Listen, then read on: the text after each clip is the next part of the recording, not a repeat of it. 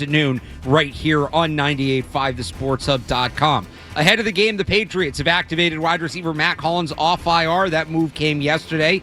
In addition to activating Hollins, the Patriots elevated running back to Ernest Johnson and defensive tackle Leonard Taylor from the practice squad.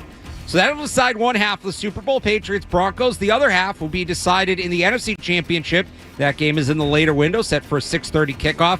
It's the NFC West with the Seattle Seahawks hosting the Los Angeles Rams. Last night at TD Garden, the Bruins scored twice in 20 seconds in the third period to come back and beat the Montreal Canadiens 4-3. Morgan Geekie, 2 goals for the Bees in that one, including what ended up being the game winner in that third period. Meanwhile, the Celtics came up short on the road against the Chicago Bulls. They lost 114-111. They're back home tomorrow against the Portland Trailblazers. Sports Hub headlines are brought to you by Super Service Today. Winter is here. Don't get caught in the cold. Book your home heating system health and safety check with Super Service Today. They offer New England's most comprehensive heating system safety check. Schedule now at superservicetoday.com. Super Service Today. I'm Alex Barth on Boston's Home for Sports, 98.5 The Sports Hub. Your next update at 9 o'clock. Pasternak, and he scores! What a blast by Pasternak! The Bruins play here. This is Sunday Kickoff with Alex Barth and Cerrone Battle. The show that's all Patriots, all football, all year long. The clutch wins, the tough losses, and the game-changing plays. This is the show that has it all covered. Sunday Kickoff, brought to you in part by Surfside Iced Tea and Vodka. Now, here are Alex Barth and Cerrone Battle. Can you feel that? Can you feel that in the air? It's a little more than just a snowstorm on the way. It's Alex Barth, Matt Dolloff in for Cerrone Battle. Ryan Garvin behind the glass on a championship Sunday edition of Sports Hub Sunday Kickoff. Not just any championship Sunday. The New England Patriots are back playing for a spot in the Super Bowl. They visit the Denver Broncos today, and we have 4 hours coming for you on all of it. That's right. Another playoff week, another extended edition of the program. A ton coming up for you here, taking you up to Patriots pregame at 12 o'clock as the Patriots, again, one win away from returning to the Super Bowl under Mike Vrabel and Drake May. This is going to be a fun day, Dolph. Unbelievable. 7 long years, Barth. 7 long years of agony. 7 long, dark years. And the Patriots are back where they should be. It all feels new and familiar at the same time. Like, I was talking to you about this before we came on the air. Because we also haven't had, I don't think it's been 7 years, but we haven't had a big snowstorm like this in a few years either. It really feels like the good old days. And I was on here last night, and then I ran some quick errands after, and just being around and having the radio on and talking to people. The level of anticipation right now in the city and in the region is tremendous. And I feel like the storm plays in a little bit. You had Bruins Habs last night at the Garden. Good rivalry game. That was a great hockey game. Ty Anderson, his coverage on 98.5thesportshub.com. The anticipation of all of this is just so palpable. And you had said it, like, today's going to be memorable. In which way, we don't know. But we're all going to remember when the Patriots were in the AFC Championship game during this big snowstorm, and it feels right. It feels new again because it's Vrabel and it's May and all that. But it all just feels kind of familiar in the best way possible, too. Absolutely. Yeah, look, everybody's already hunkered down, it feels like. Waltham feels like a ghost town right now. It's very, very quiet. I think everyone's thinking, like, if we hunker down now, maybe it'll snow less. But, look, obviously the storm factors into it, Barth, because everybody's just going to be sitting around their TVs. Everybody's going to be watching this. Are you glad that it's not here? You know, Adam Schefter just kind of pointed that out. The Patriots beat the Raiders in week 1. Now, I don't think the Patriots go on the run they do without that loss to the Raiders. I think they learned a lot from that game. But if the Patriots beat the Raiders week 1, that game's here. But we kind of saw what this team looked like in the snow last week. Did they maybe luck out the game not being here? Well, look, blaming week 1 is a little much. Is there a different game they could have won where they had home field, or did they have to win that Raiders game? If they had won any other one, they would have been here because they finished with tied records, and that was the That one was the tiebreaker in common opponents, Yeah. which is why that one gets pointed out. Look, week 1 is such a wild card. I would probably look at that Steelers game as much as anything because feels like they played well other than the turnovers. You take away all the fumbles, and it feels like they could have won that game. So I would look at that game as the reason, if anything, you had to point to one game why they're not playing in Foxborough today. That would have been just next level stuff if they were if they had to play a football game with the storm coming in. Not to underestimate the environment that is Denver, but football in 10 inches of snow, and that would have been right in the peak of the storm too, would be something. Let's get to this game though, and just the Patriots being here. I want to start with this, just the Patriots being here, being back in this spot. And you hear a lot, and I don't want to take too much of a victory lap, but like contrast it to what's going on with the Buffalo Bills. The Buffalo Bills had a nice little run there. You know, they won the division, 4 or 5 years in a row. Not much amounted to it, but people thought, hey, maybe the Bills have turned the corner. And you look at the last week and a half, and firing Sean McDermott and that clown show of a press conference and all of that, and a lot of people have said, this is just kind of who the Bills are. And you can dodge it for so long, but this is who the Buffalo Bills are. Are we almost seeing the reverse with the Patriots? They had some rough years, and that they did not do everything right post-Brady. I'm not going to sit here and say that. But even with those missteps, 5 years later, they're back playing for a spot in the Super Bowl. And you look at the stability Mike Vrabel has brought, I should say, and the coaching staff that he's brought, and the way they were able to turn the ship around so quickly, which you're kind of not supposed to be able to do in the NFL, really just highlights what a tremendous job he's done. Oh, yeah. Look, head coach remains arguably the second most important position on the football operation, right? Quarterback 1. Drake May's ascension and there are some people that will debate that because it's up to the coach to get the quarterback ready and prepared and all that. Well, yeah, they go hand in hand, right? Yeah. So, yeah, not just putting a good coach and quarterback together, not necessarily guaranteed to work. But look, you got an elite quarterback and, one of the better coaches in the league. I haven't done my coach rankings in a long time, but I would think Mike Vrabel ranks highly up there. We'll get to the coaches in a little bit because this is an interesting coaching matchup, but he's up there for sure. Yeah, look, the identity of this team, in my opinion, has been just the consistency of showing up and competing every week. There hasn't been any letdowns. What's the saying they're saying? No naps? No naps. They haven't taken a single nap all season. Oh, second half of that Bills game. Okay, they haven't taken a single nap for 60 minutes all season. That's what I meant to say. They've shown up for every game. They've had a bad quarter here, a bad half. Look, they've lost a few games, but they haven't had a day like where they just didn't show up. I think that's Vrabel's effect. You haven't had a game where you watched it and just kind of knew from the beginning, or beginning to end, I should say, all right, they don't have it today. They're not going to win this. We might have thought that early in that Bengals game, and what do? They come back and win. And it's been tremendous, and the development of Drake May is part of that too. Again, another thing that quarterback development, not easy in the NFL. You see it around the league, and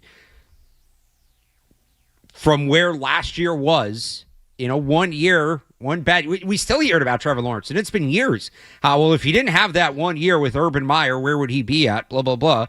And I don't think things were that bad for Drake last year because I think Alex Van Pelt was, I don't think he was detrimental. Obviously, he wasn't nearly doing what Josh McDaniels has done. But the development of Drake May, too, again, it's just that's how you turn the ship around quickly. Coach and quarterback, and I think this is a great example of it. Yeah, I think Josh McDaniels has his fingerprints all over Drake May, the way the season's gone, especially with arguably my favorite thing about Drake May's development, just how he plays, is that he's spreading the ball around. Like that's definitely Josh McDaniels drilling that into his head. Throw to the open guy, take what the defense is giving you. We're not going to lock in on just one guy. We're going to spread it around. Don't get bored being efficient. Right. Yeah, I mean, Drake he led the league in completion percentage, right? Yes. I don't think anyone predicted that to happen. No. You and I didn't. The guy we saw in camp, I didn't think he was going to have literally the physical accuracy to pull that off. And the accuracy did improve from camp, but on top of that, his decision-making and the way he just runs the offense and throws to so many different guys, not locking onto one guy, I think that's been arguably the most important thing that he's done on the field because we know the talent was there. And just the fact that he's able to just run that offense and see the field as well as he has and then throw with pinpoint accuracy, especially down the field. Like, I think Josh McDaniels played a huge role in that. Just how he runs the offense and spreads it around.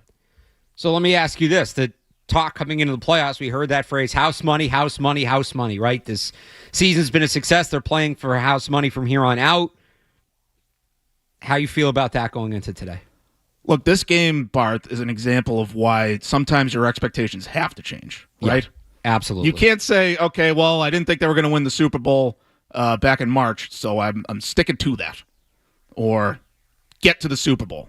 You get to this stage and Jarrett Stidham's in your way, you kind of have to win this game now. I wouldn't say they're just playing on house money going into this game. They got to get past this one. You get to the Super Bowl and you're facing the Rams, and the Rams are like that would be a legacy game for Matthew Stafford and Sean McVay. Been there before, unlike your quarterback and head coach here. Yeah. So if that's what it ends up happening, it's like, all right, the Patriots got this far. That's an unbelievable year. House money. You got to get through this game though. This is not house money today. I think we did this last week, me and Cerrone, to start the show off before we even knew about playing the Texans, or what was going to happen against the Texans, because it was just part of the story. We, I think collectively as fans, all had the same reaction when we saw that Bo Nix news. Oh, this is real. And not that it wasn't real before, but like, this just got really real. This isn't fun little underdog story. Let's see how far they go. This is the favorite from the AFC to make the Super Bowl. Not some, vague Vegas number favorite. Like, no, they are the best team left on this side of the bracket. And when you're the best team left on the side of the bracket, you should win it. And I'm with the Rams to be a tough test. We'll do a little bit NFC Championship talk coming up in the show, because it is a fascinating game. I want to spend at least a segment on it. The Seahawks, meanwhile, might be the best team in football. The Rams, you talk about the coach-quarterback combo. The Seahawks just across the board are loaded. Yeah, Seahawks are peaking at the exact right time. That's going to be tough either way. But the Patriots are the better team. The Patriots are the best team left in the AFC. That was true last week before they beat the Texans. I felt if they lost the Texans, it would have been an upset. It's still true. You might have thought it was true since the start of the playoffs. I know some people have. But I think it's unquestionable at this point. And that's what's at stake today. Prove that. Get back to the Super Bowl. Not that Vrabel needs the validation of his program, given everything that's happened, but it's just another layer of it. It's just another tremendous step of it. And you go from there. 617-779-0985. You want to join us and talk about this game? We'll load the phone lines up. I do want to quickly kind of revisit last week in the context of this game. What did we learn from that one going into this one? We'll get to that, plus your calls off and running here on a 4-hour edition of Sports Hub Sunday Kickoff. Sunday Kickoff is on the way on the Sports Hub.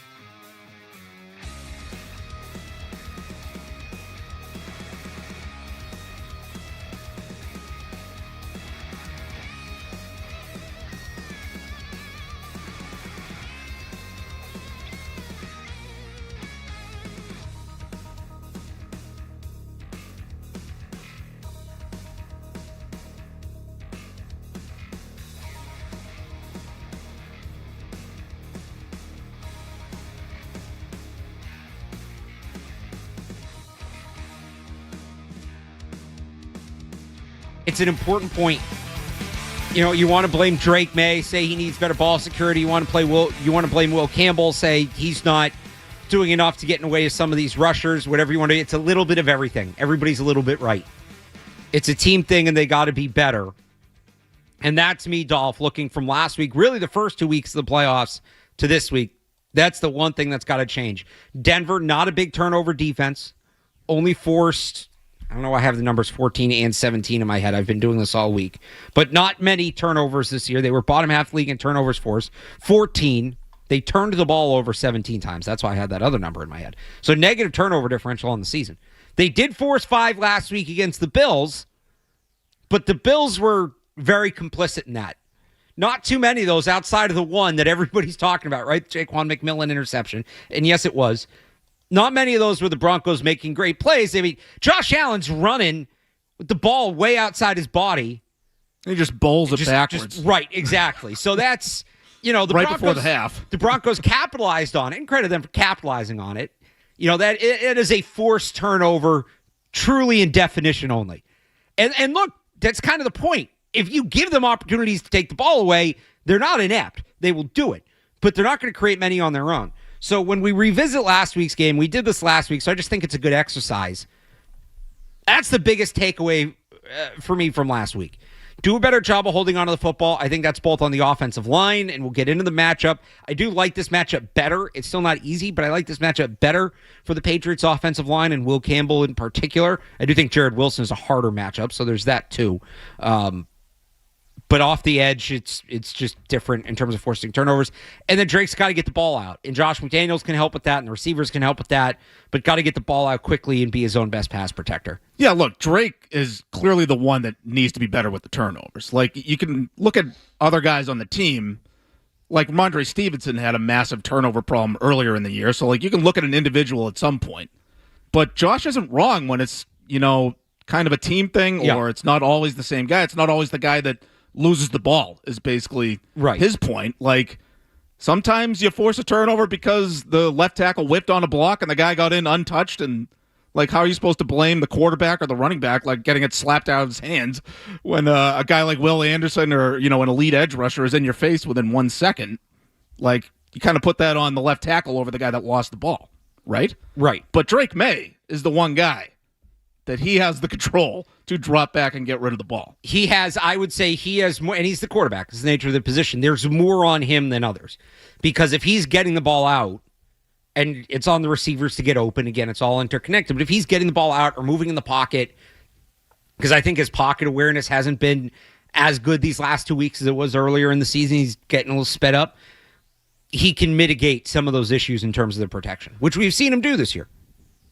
Oh, yeah, absolutely. Look, he's supposed to be the guy that's making up for the line, right? The line can protect him as much as they can, but they didn't have an elite offensive line this year. I don't think, if you think that's what it was this year with the pass protection, I think that's kind of a misconception. I think Drake May elevated his game so much that he sort of made up for what at times was shaky pass protection, especially on the left side with Will Campbell and Jared Wilson. Look, I get it, 2 rookies.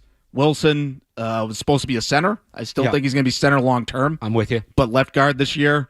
Will Campbell still questions about his long-term viability at left tackle, which I think is fair considering the way he's played in the playoffs. But look, again, you go up against elite edge rushers. It's kind of hard to get on his case too much when it's a Will Anderson. Will Anderson does that to everybody. Will Anderson's a top 3 pass rusher in the league. The point is, Nick Benito is another one he's not Will Anderson, but a very good player. Drake May needs to do what he can to get rid of the ball before he gets home. And if he does get home, we've seen him have that escapability, but he's done it while holding on to the ball, too. I don't know why the ball has started to slip out of his hands in the playoffs. But, look, I wonder if Mac Hollins coming back kind of helps, because I wonder if his absence sort of played a role in Drake May kind of holding the ball a little bit. I wonder, because he's the guy that you just kind of throw the ball up to and trust him to make a play with his size and his strength.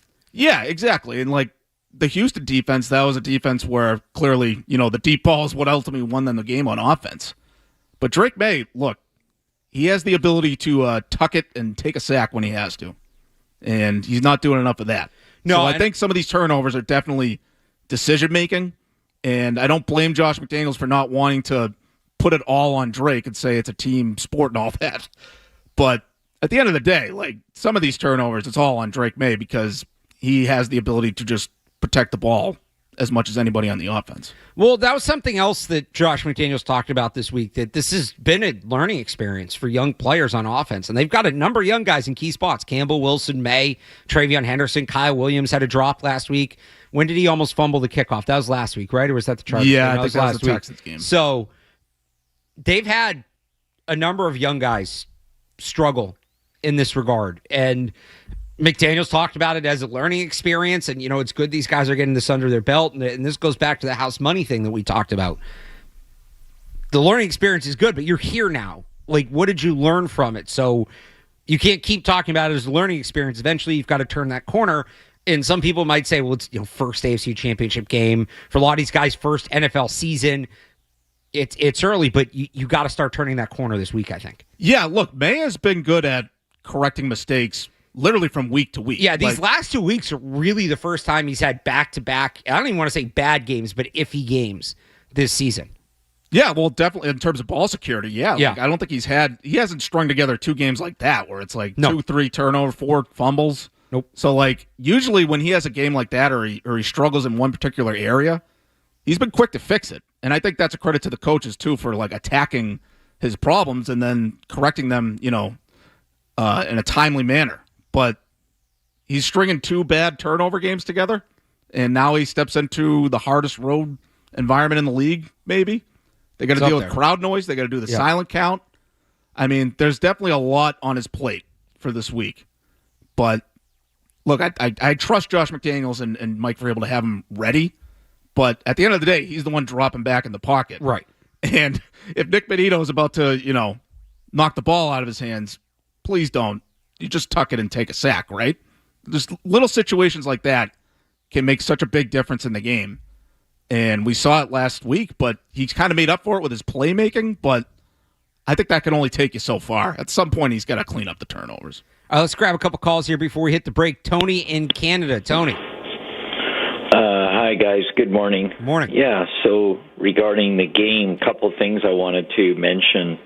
I was listening to you guys talking about Drake May and fumbling, and seems to me that the key is for him to get rid of the ball quickly. Yep. So maybe that's where the running game and short passes come in. And I also heard in regards to matchups and Surtain, how he's going to play out wide. So whoever plays in the middle and lines up with Moss might be able to have an impact. How do you manage that? Like, because throwing deep or in the secondary means that May's going to need a little more time, so before he releases the ball. So how does he do that? And one thing I just want to comment real quick, and then I'll listen. Yep. Something I heard recently, Lawrence Guy said that made me laugh, and I think it's really appropriate. I think it would be, especially if we make it the Super Bowl. He said that the Cowboys may be America's team, but the Patriots are America's nightmare team.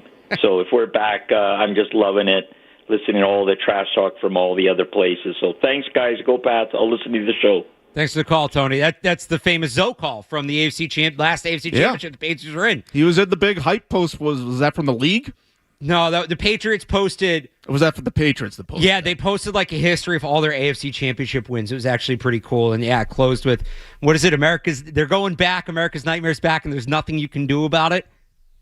I don't know if we can get that. That was 2018, right? That was 2018. Yeah. I don't know if we can get that queued up maybe for later in the show, Ryan. But to his point about the deep ball, Matt, it goes to what we're talking about. Surtain is not just one of the best corners in the league. Might be the best deep ball corner in the league. 1 for 13. Quarterbacks targeting him deep this year. So, look, you can target their other corners deep. Riley Moss is gettable. We will talk plenty more about Riley Moss as the show goes on. But you can't go into this game reliant on the deep ball. Not with that pass rush, not with Surtain on the outside. And he's going to be covering probably the guy you're sending deep. We haven't seen them send deep, guys deep from the slot, whether it's Diggs, whether it's Pop Douglas. We haven't seen them do that too much. Douglas a little bit more, and maybe that comes back today. But if you're trying to send Kayshon Boutte deep, trying to send Kyle Williams deep, if you're trying to send Matt Collins deep, that's probably going to be Surtain on him.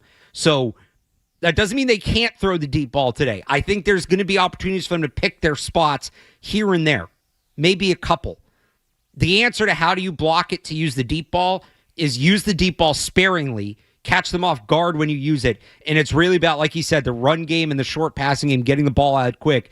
You're going to have to nickel and dime your way down the field in this game. That's just what it is. Yeah, absolutely. Look, this is where I go back to Drake May spreading the ball around. Like, if they're taking away the deep ball, huge day for it. He's shown the ability to not go there when they're taking something away. So, yeah, I expect Surtain to take away whoever he's covering, basically. If he's covering Kayshon Boutte or Mac Hollins, check mark to Pat Surtain on that one. Yeah. So, Drake May, look, and I go back to the Baltimore game on this one, Barth. They were trying to throw deep all game, and Baltimore basically took it away with their coverage. Right. And finally, and I think it was not until halfway through the fourth quarter, they finally said, all right, now we're going to nickel and dime our way down the field. So they made that adjustment. It was late, but they've shown the ability to make the adjustment. Drake May has shown that ability to just take what the defense is giving him, work his way down the field methodically, and he's probably going to have to do that. And again, it's going to be as tough as it's been all season for him because of the noise and because they're probably going to have to do the silent count, which they haven't needed that much this year. Yeah, they're going to need it more than ever today. But this is why I'm still confident in him, because he's able to spread the ball around, and he's shown the ability to adjust when the deep ball isn't there. So he's going to have to show both those things today. So. It's going to be tough to do it in this environment, but he's at least shown the ability to do that. Well, that's where I think the run game helps. And obviously you're not going to come out. They shouldn't come out and throw the ball 40 times today. I think that's at a disadvantage. You want to run the ball. You want to keep control of the ball. You want to keep the pass rush, set the timing off, things like that. So the run game will help too. And that eventually they'll creep up. And that's when you hit it over the top. And Josh McDaniels, going back to the Brady days, this was something Josh McDaniels, I felt, was always excellent at, was body blow, and kind of knowing the time and having a really good feel for the pulse of, okay, this is when I take the deep shot. I'm going to set him up. I'm going to set him up. I'm going to set him up. I'm going to set him up. Boom. Now we're going over the top, and just having a really good, what do you call it, an instinct or whatever for when to take that shot, when to hit that counter. He's always been really good at that, and that's something I'm looking for in this game. We're going to be wondering, where's the deep ball? Where's the deep ball? Where's the deep ball? And then, boom, I think eventually they go right to it. We have to go to a break. When we come back, I want to talk about the Patriots' defense going into this game, what we learned about them last week, and some interesting comments from Zach Core this week, and what that could mean for this game. And I see you guys still lined up on the phones, 617-779-0985. We'll get to those calls as well here on Sports Hub Sunday Kickoff. More Sunday Kickoff coming up on the Sports Hub.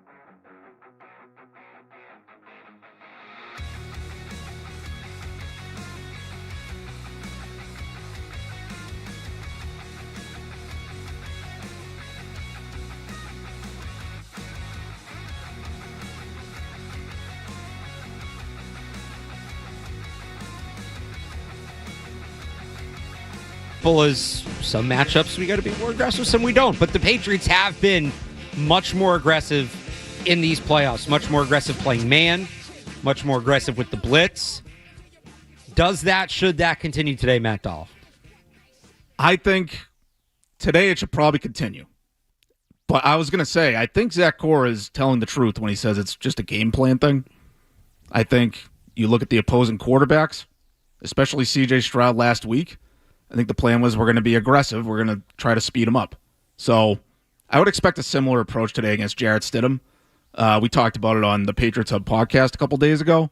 But I think they can mix up their looks up front, and you can easily confuse a guy like Stidham who hasn't started in, almost 3 years or whatever it is. So I would expect them to continue to be aggressive, but I would also expect them to be sort of multiple, I guess is the word I'm looking for. Mix it up, give them different looks, because they might not have to be aggressive the whole time. But you asked if it was the identity of the team being aggressive in the email anyway. Yeah. I feel like it's their identity, but I don't think it's a thing where they're just coming at you from the get-go. I think they're a team that they've gradually turned up the dial as the game goes on. And maybe that's a function of them building leads, right?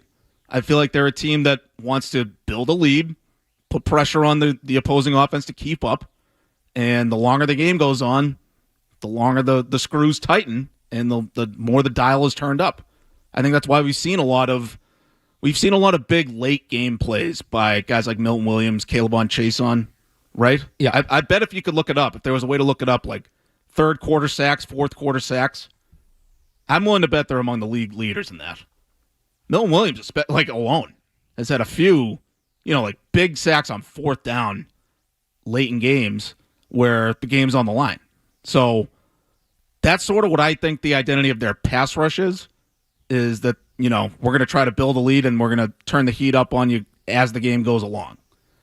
This game, I might want to see them aggressive out of the gate just to test Stidham, right? Yeah. But I do believe him when he says it's sort of a game plan thing as far as how aggressive they are from week to week. I do and I don't. I do think they're a game plan defense. I do think they're a game plan defense. I do buy that. But we didn't see this kind of aggression at all during the regular season, really, and there were times to do it. I do think they're ramping up a bit in the playoffs. And some of that might just be health. Some of that might be getting guys like Milton Williams and Robert Spillane back, and it allows you to do more of that. But I hope it continues today, whether it's the game plan should call for it. This is going to be the best offensive line the Patriots have faced all year. Maybe the best in the league. And you got a guy back there who hasn't seen a live pass rush essentially in 2 years. I hope the blitz rate's high today. I hope they get after him because the front four has been better. I still don't love them getting pressure with 4 against this line. That's still advantage Broncos. I don't think it's going to be quite as bad as it was earlier this year, but the Broncos, it's more about the Broncos than the Patriots, but the Broncos have the check mark there. If you start sending 5, you start sending 6, forcing one-on-ones, forcing them to keep tight ends and backs in to protect, it completely changes the math on it. Now you have the advantage. So I think Zach Core is a guy a lot of people didn't know. It's kind of funny as we're seeing in the media this week, maybe legitimately didn't know that Zach Core was the Patriots defensive play caller this year. That's been a theme. Didn't someone else do that a couple weeks ago? It was Peter Schrager 2 weeks ago. Yeah. And then Stephen A. Smith this week. Stephen Smith, wait, do you have it? Does he have the sound? I don't think we haven't heard about him all year long. Well, Stephen A., there's a reason for that. But we didn't hear about Zach Core this year either. Except for maybe people criticizing him about the opening drive issues, which was a fair criticism. I'm not saying that was wrong. He's really come out and been fantastic these last 2 weeks. And this is another big game for him. Spin the dial, mix it up, get creative. I know Stidham's a veteran quarterback, but he hasn't played a lot of football. I think you can confuse him. I think you can get in his head, and the blitz is only going to help with that. Yeah, to your point, they might have to be aggressive because if you were to come up with any kind of concern in this game or if you were to pose the question, if the Broncos were to pull off the upset, what would it look like? Yeah. I think a big factor in that would be if their offensive line can keep Stidham clean. Yeah. And if they can open up lanes in the run game, basically if they can win the line of scrimmage, that Denver offensive line. If you think about it, if you were to, rank the lines between the teams, Denver offensive line might be the number one unit. If you were just to rank the overall units in this game, period, Patriots quarterback still probably number one. Yeah, I think Denver offensive line is second. If we're just going to talk about position groups overall in this game, the Denver, it might even be first because Drake May's great. He's one guy. You don't really think about quarterbacks as a group. I don't know what you want to call that. But, yeah, the Denver offensive line is the real deal. Yeah, look, Garrett Bowles is as good as any left tackle in the league. All-pro. Mike McGlinchey, very good right tackle. All-pro votes. They're probably going to get their starting center back today. Although he's banged up. We'll get to that, but yeah. We talked about that on the podcast. Yeah. I would still give the Patriots' interior defensive line the edge over the center. You got to test him. Yeah. But Quinn Minor's an all-pro right guard. Now, Christian Barmore took his lunch money 2 years ago when that came on Christmas Eve. Minor's a better player now than he was 2 years ago, but that's something to factor in. But no, they got two all-pros, another guy that got all-pro votes. Their left guard was missing for the back half of the season. He's back. Ben Powers, I believe his name is. Their center, Luke Wattenberg, he was activated from IR, so we'll see how he looks. You have to test him, but he's still a very good player. It's going to be a lot for that vaunted Terrell Williams defense, right, Stephen A. Smith? That Jarrett Stidham has to go up against. Yeah. There is a brother coaching that defense, Terrell Williams. We ain't mentioned him all year long. Reunited with Mike Vrabel, used to be with him in Tennessee.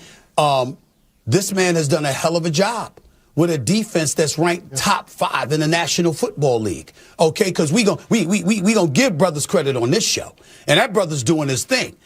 Sure is. I will say this: Terrell Williams has at times been back around the team, and he is helping. So I don't want to act like he's like.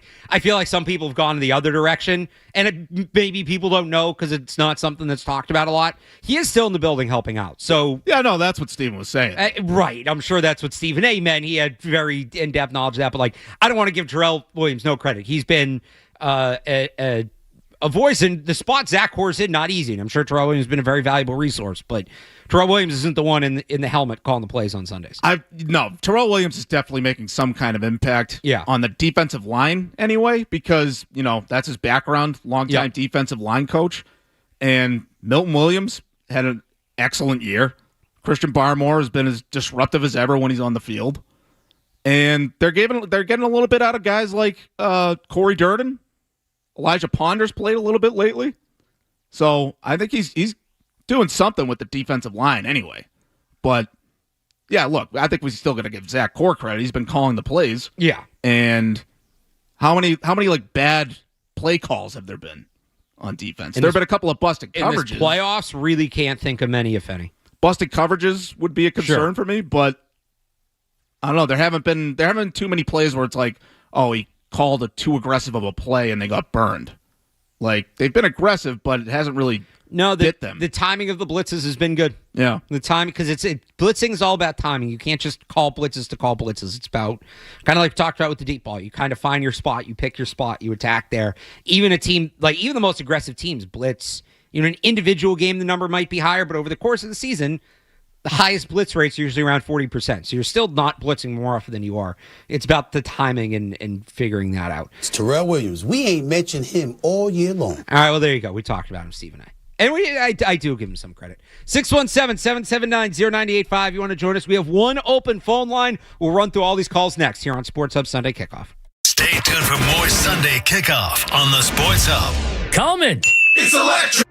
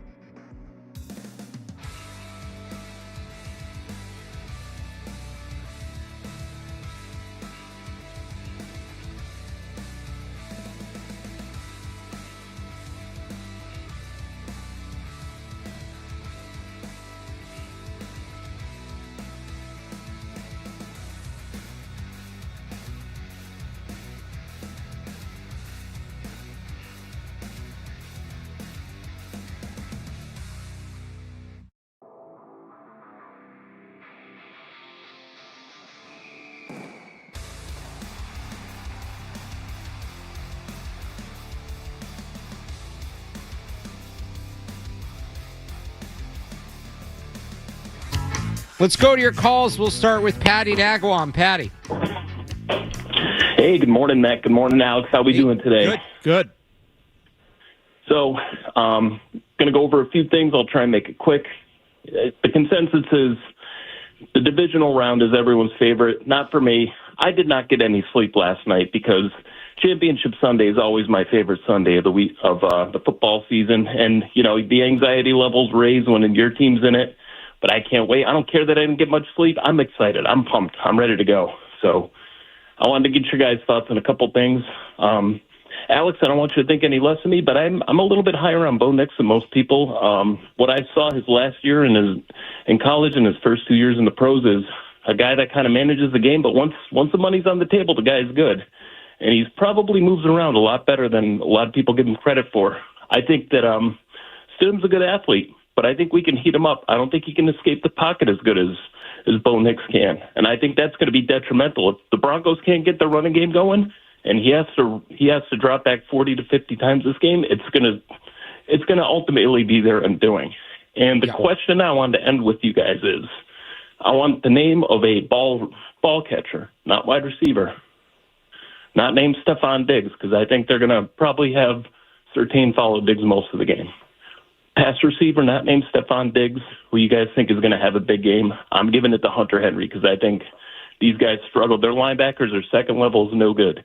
Well, Greenlaw's pretty good, but they're not great in coverage. I'll take it off air, guys. Let's go. Oh, I got the Pats winning 33-20 today, baby. Let's go. All right, on to the Super Bowl. Let's go, Patty. 33 on this defense would be something. To his first point about Stidham and Nix, and that's the big difference to me. Nix was really good late in games, and now they're winning some of these games like 20-13. So he wasn't great earlier in the game, but he was good late in games. So can Stidham step up and do that? Is a big question to me. To his point, all right, so what skill position player not named Stephon Diggs? Hunter Henry's a good one. They've not been great, the Broncos, covering tight ends. Dalton Kincaid had some chances last week. I'm going to go with, and I kind of mentioned earlier in the show, a defense that plays a lot of man. They're going to try to put Surtain on Diggs. I wonder how much the Patriots put Diggs in the slot because Surtain usually doesn't travel into the slot. But if they're going another way with it, Pop Douglas getting vertical from the slot against man coverage. Not a high volume day, but like last week, he had 2 catches. They were 2 big catches, including the touchdown. I could see Pop Douglas having another game like that. Yeah, I don't want to take away from him those big catches, but I feel like he just hasn't lived up to what he always is at camp every year, Pop Douglas. So if we're expecting him to be the X factor in this spot, then I think you're kind of in trouble. Look, I think it's Diggs. This game's about Diggs beating man coverage and getting open, and can he beat Surtain or can they hide him from Surtain? But the caller's question, and Patty's question, like outside of Diggs. Sure. Who's that guy? Well, look, this might be kind of an obvious pick because he's coming back today, but I'll give you Mac Hollins for that one because we were talking about Pat Surtain earlier. I feel like he's going to be on Booty to start. Like, they're going to say, we're not letting you hit that play to Kayshon Boutte again. We're not letting you hit this guy down the field. And so I think initially that's going to be the plan.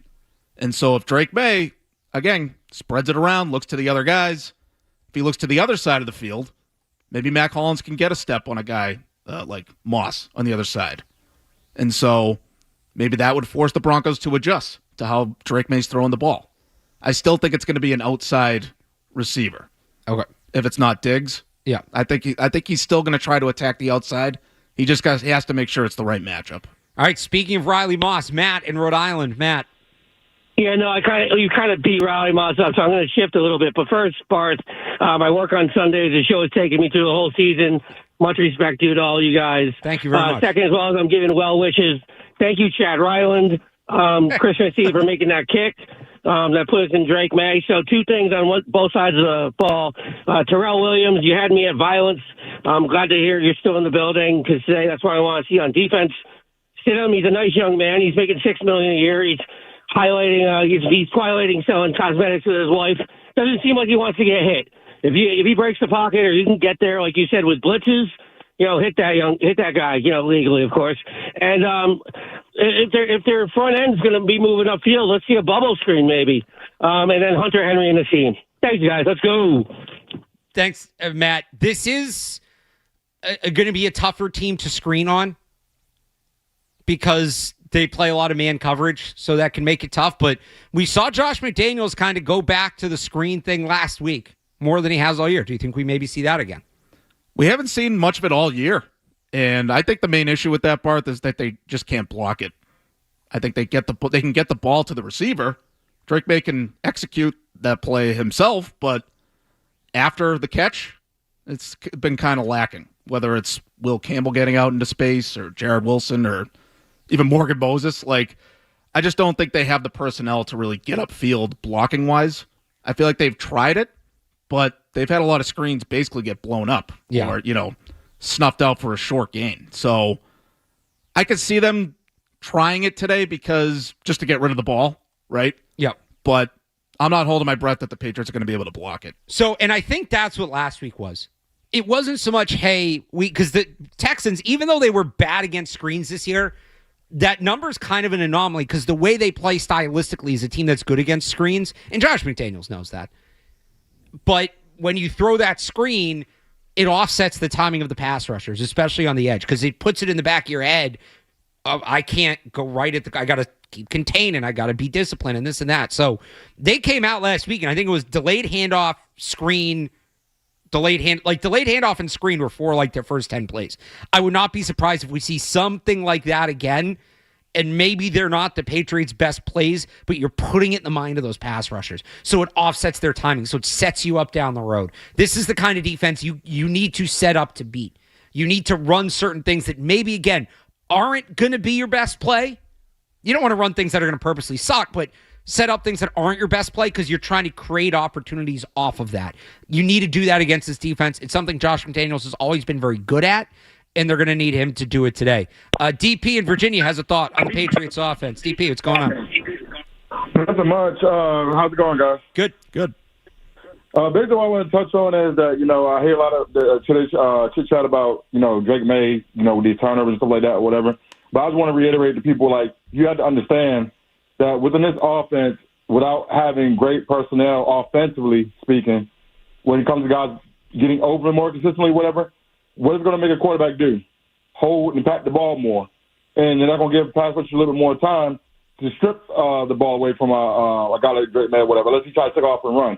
Now, if you talk about the quick game or whatever, yeah, that might be all fine and dandy, but if guys are still being blanketed somewhat or whatever, he might have to pull an Aaron Rodgers and throw the ball out of bounds at times if you want to try to avoid turnovers. That's all I wanted to say. Thanks for calling, Pete. Yeah, just being smarter with the football. If it's throwing it away, if it's taking the sack, whatever, just got to be smarter with the football. Let's grab one more call before we hit the headlines. David in New Hampshire has been holding on for a bit. David, thanks for waiting.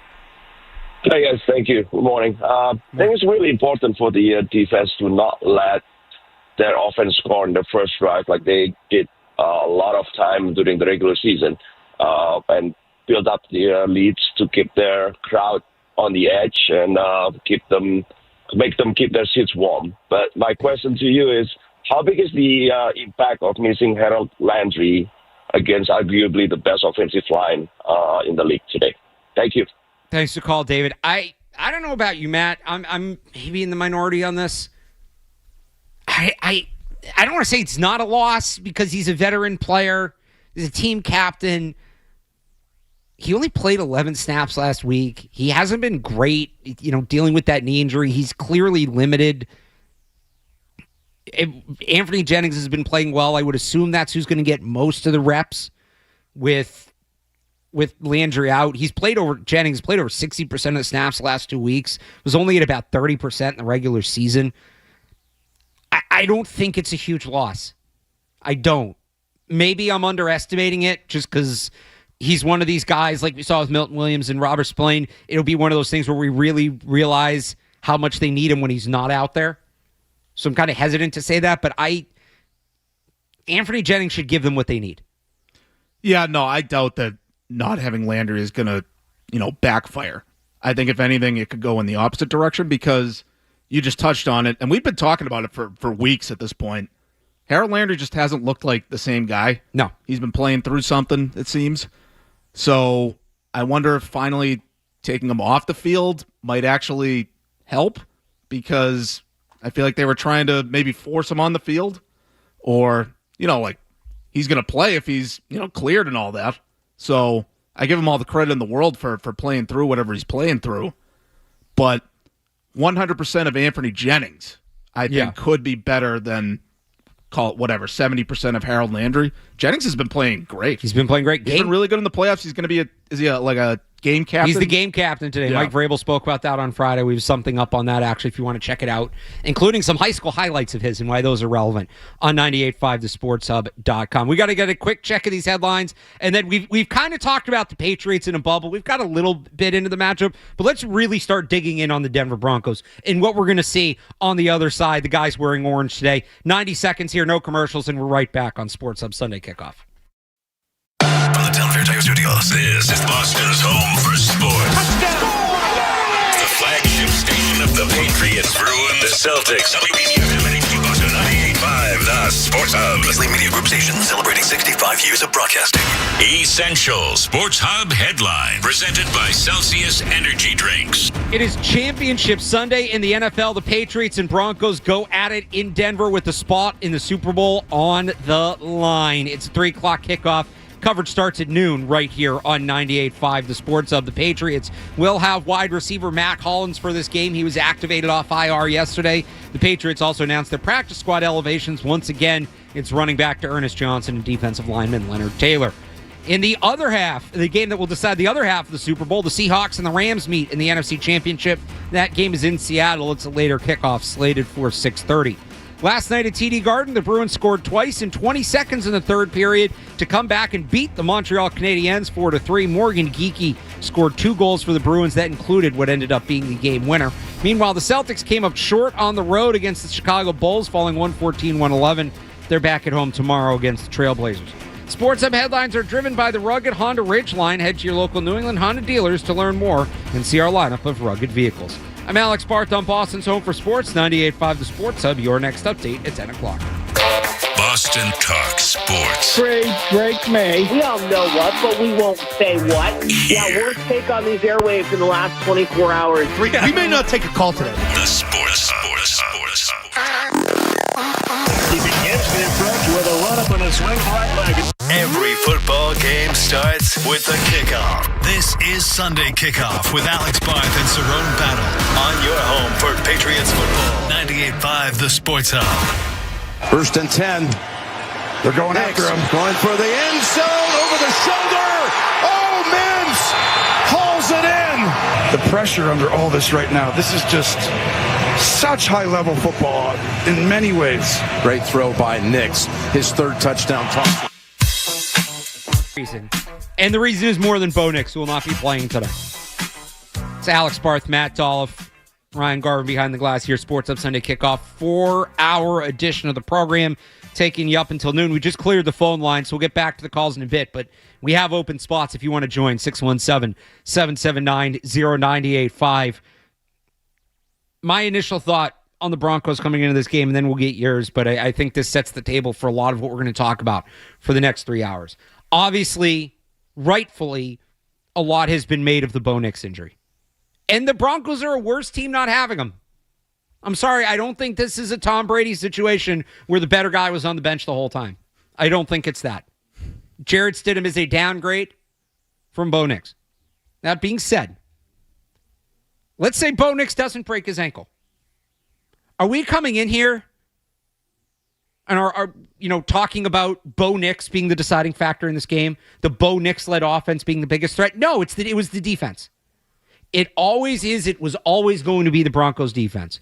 And Jarrett Stidham's not out there replacing Nick Bonito rushing the passer. He's not out there replacing Patrick Surtain playing corner. If he was, I'm taking Patriots by multiple touchdowns. But he's not. And the Patriots still need to crack this defense. And that's what this comes down to me. You can't.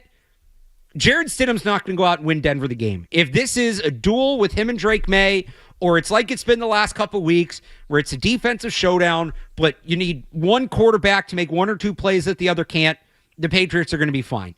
Because Drake May is going to make plays that Bo Nix doesn't. Or sorry, that Jarrett Stidham doesn't. But it would have been the same with Bo Nix. But if you start turning the ball over and you give Jarrett Stidham a short field and you give Jarrett Stidham extra possessions, I don't think the gap is so big, and I don't think Jarrett Stidham's so bad that, like, if you give him the ball at the 30-yard line off a turnover, they're leaving with points. It might be a field goal, but they're leaving with points. He's going to capitalize on opportunities you give him. If you don't give him the opportunities, he's not going to create any on his own, but you can't allow that defense to take the ball away and create extra opportunities for Jarrett Stidham. And that's the big thing for me where I think I differ with most people on this game.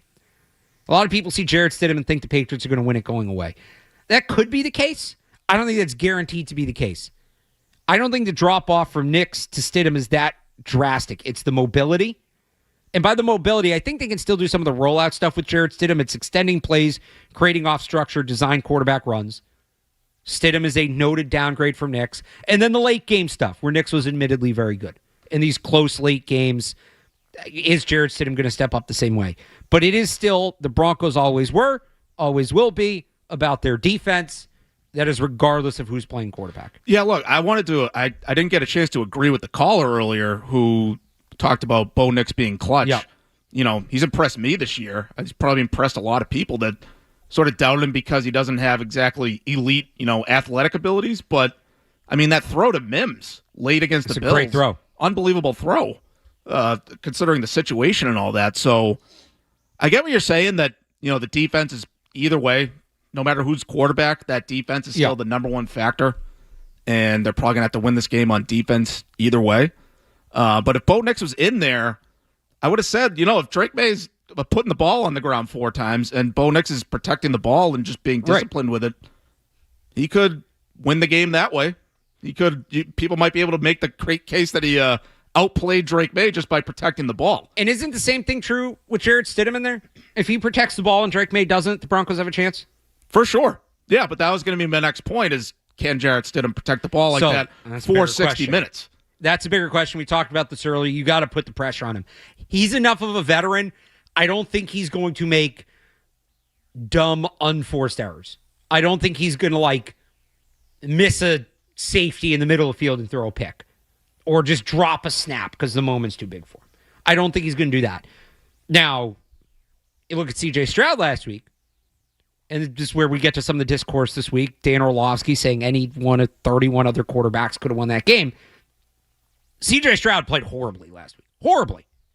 But that's not, I don't want to say that's not who he is. We saw him do that. That's his floor. That's not who he is every week.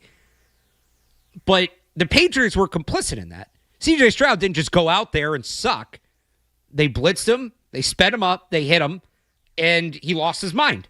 And he started throwing up 50-50 balls and making bad decisions, but he wasn't doing that because that's just who C.J. Stroud is. He was doing that because he literally folded under the pressure.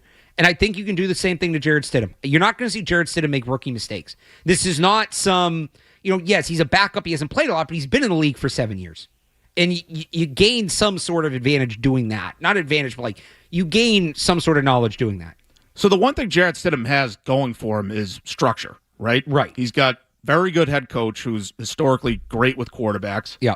He's got very, very good offensive line. Best offensive line the Patriots have faced maybe all season. He's got a couple good receivers, and he probably trusts them the same way Bo Nix does. Yeah. If they're all executing the game plan, Sean Payton comes up with a good plan for them, and they block it up, everyone just executes.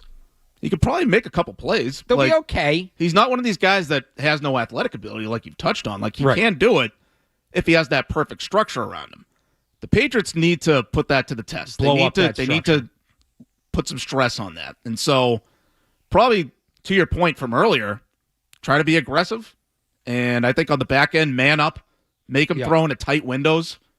I know throwing tight windows under pressure, blitz the hell out of him. Because the other thing, getting Carlton Davis back is huge. He's in concussion protocol this week. We didn't know if he was going to play. I like Cortland Sutton. I think he's a good player. That's advantage Gonzalez. Whoever they put on the other side, Troy Franklin, I know is banged up. Sam Mims, whoever. That's advantage Patriots. Carlton Davis. Marcus Jones in the slot I like. They should be able to win one-on-one across the board at wide receiver. Evan Ingram, they've had some trouble with tight ends, but they've been better lately. So you should have the flexibility, like you said, if you blitz, to still force Stidham to throw into tight windows.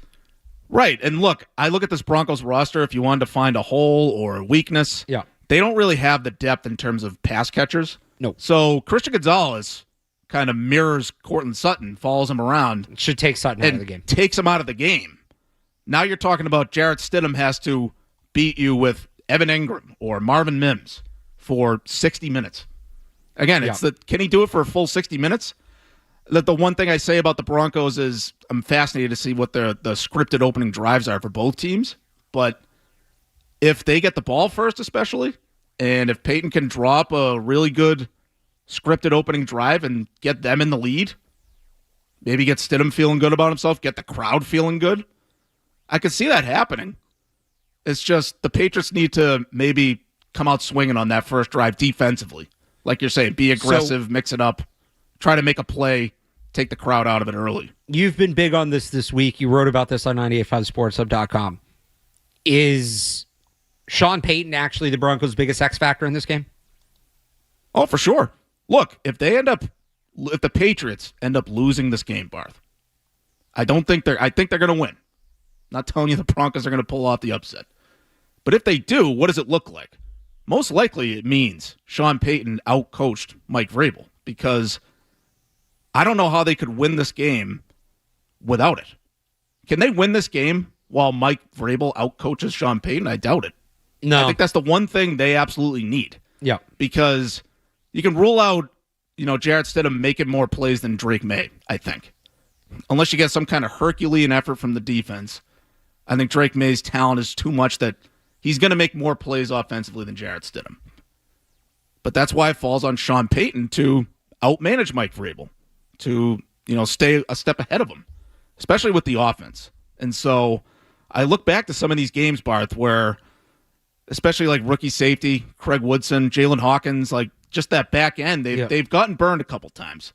And, I mean, it happened against the Texans. That wasn't really a busted coverage. That was more like a broken play. But they left Dalton Schultz just completely unaccounted for. So they've been a little susceptible to that. So I'm wondering if Sean Payton is going to be able to draw up some plays, some play designs that sort of, put the defensive backs in conflict, get them thinking. I think that's going to be huge for the offense. Like, I expect that on the first drive, but it's going to be interesting to see how deep Sean Payton can go into the bag today. All right, we'll dig a little more into these matchups coming up next here. Plus, you call 617-779-0985. Alex Barth and Matt Dolloff on Sports Hub Sunday Kickoff. More Sunday Kickoff is on the way on the Sports Hub.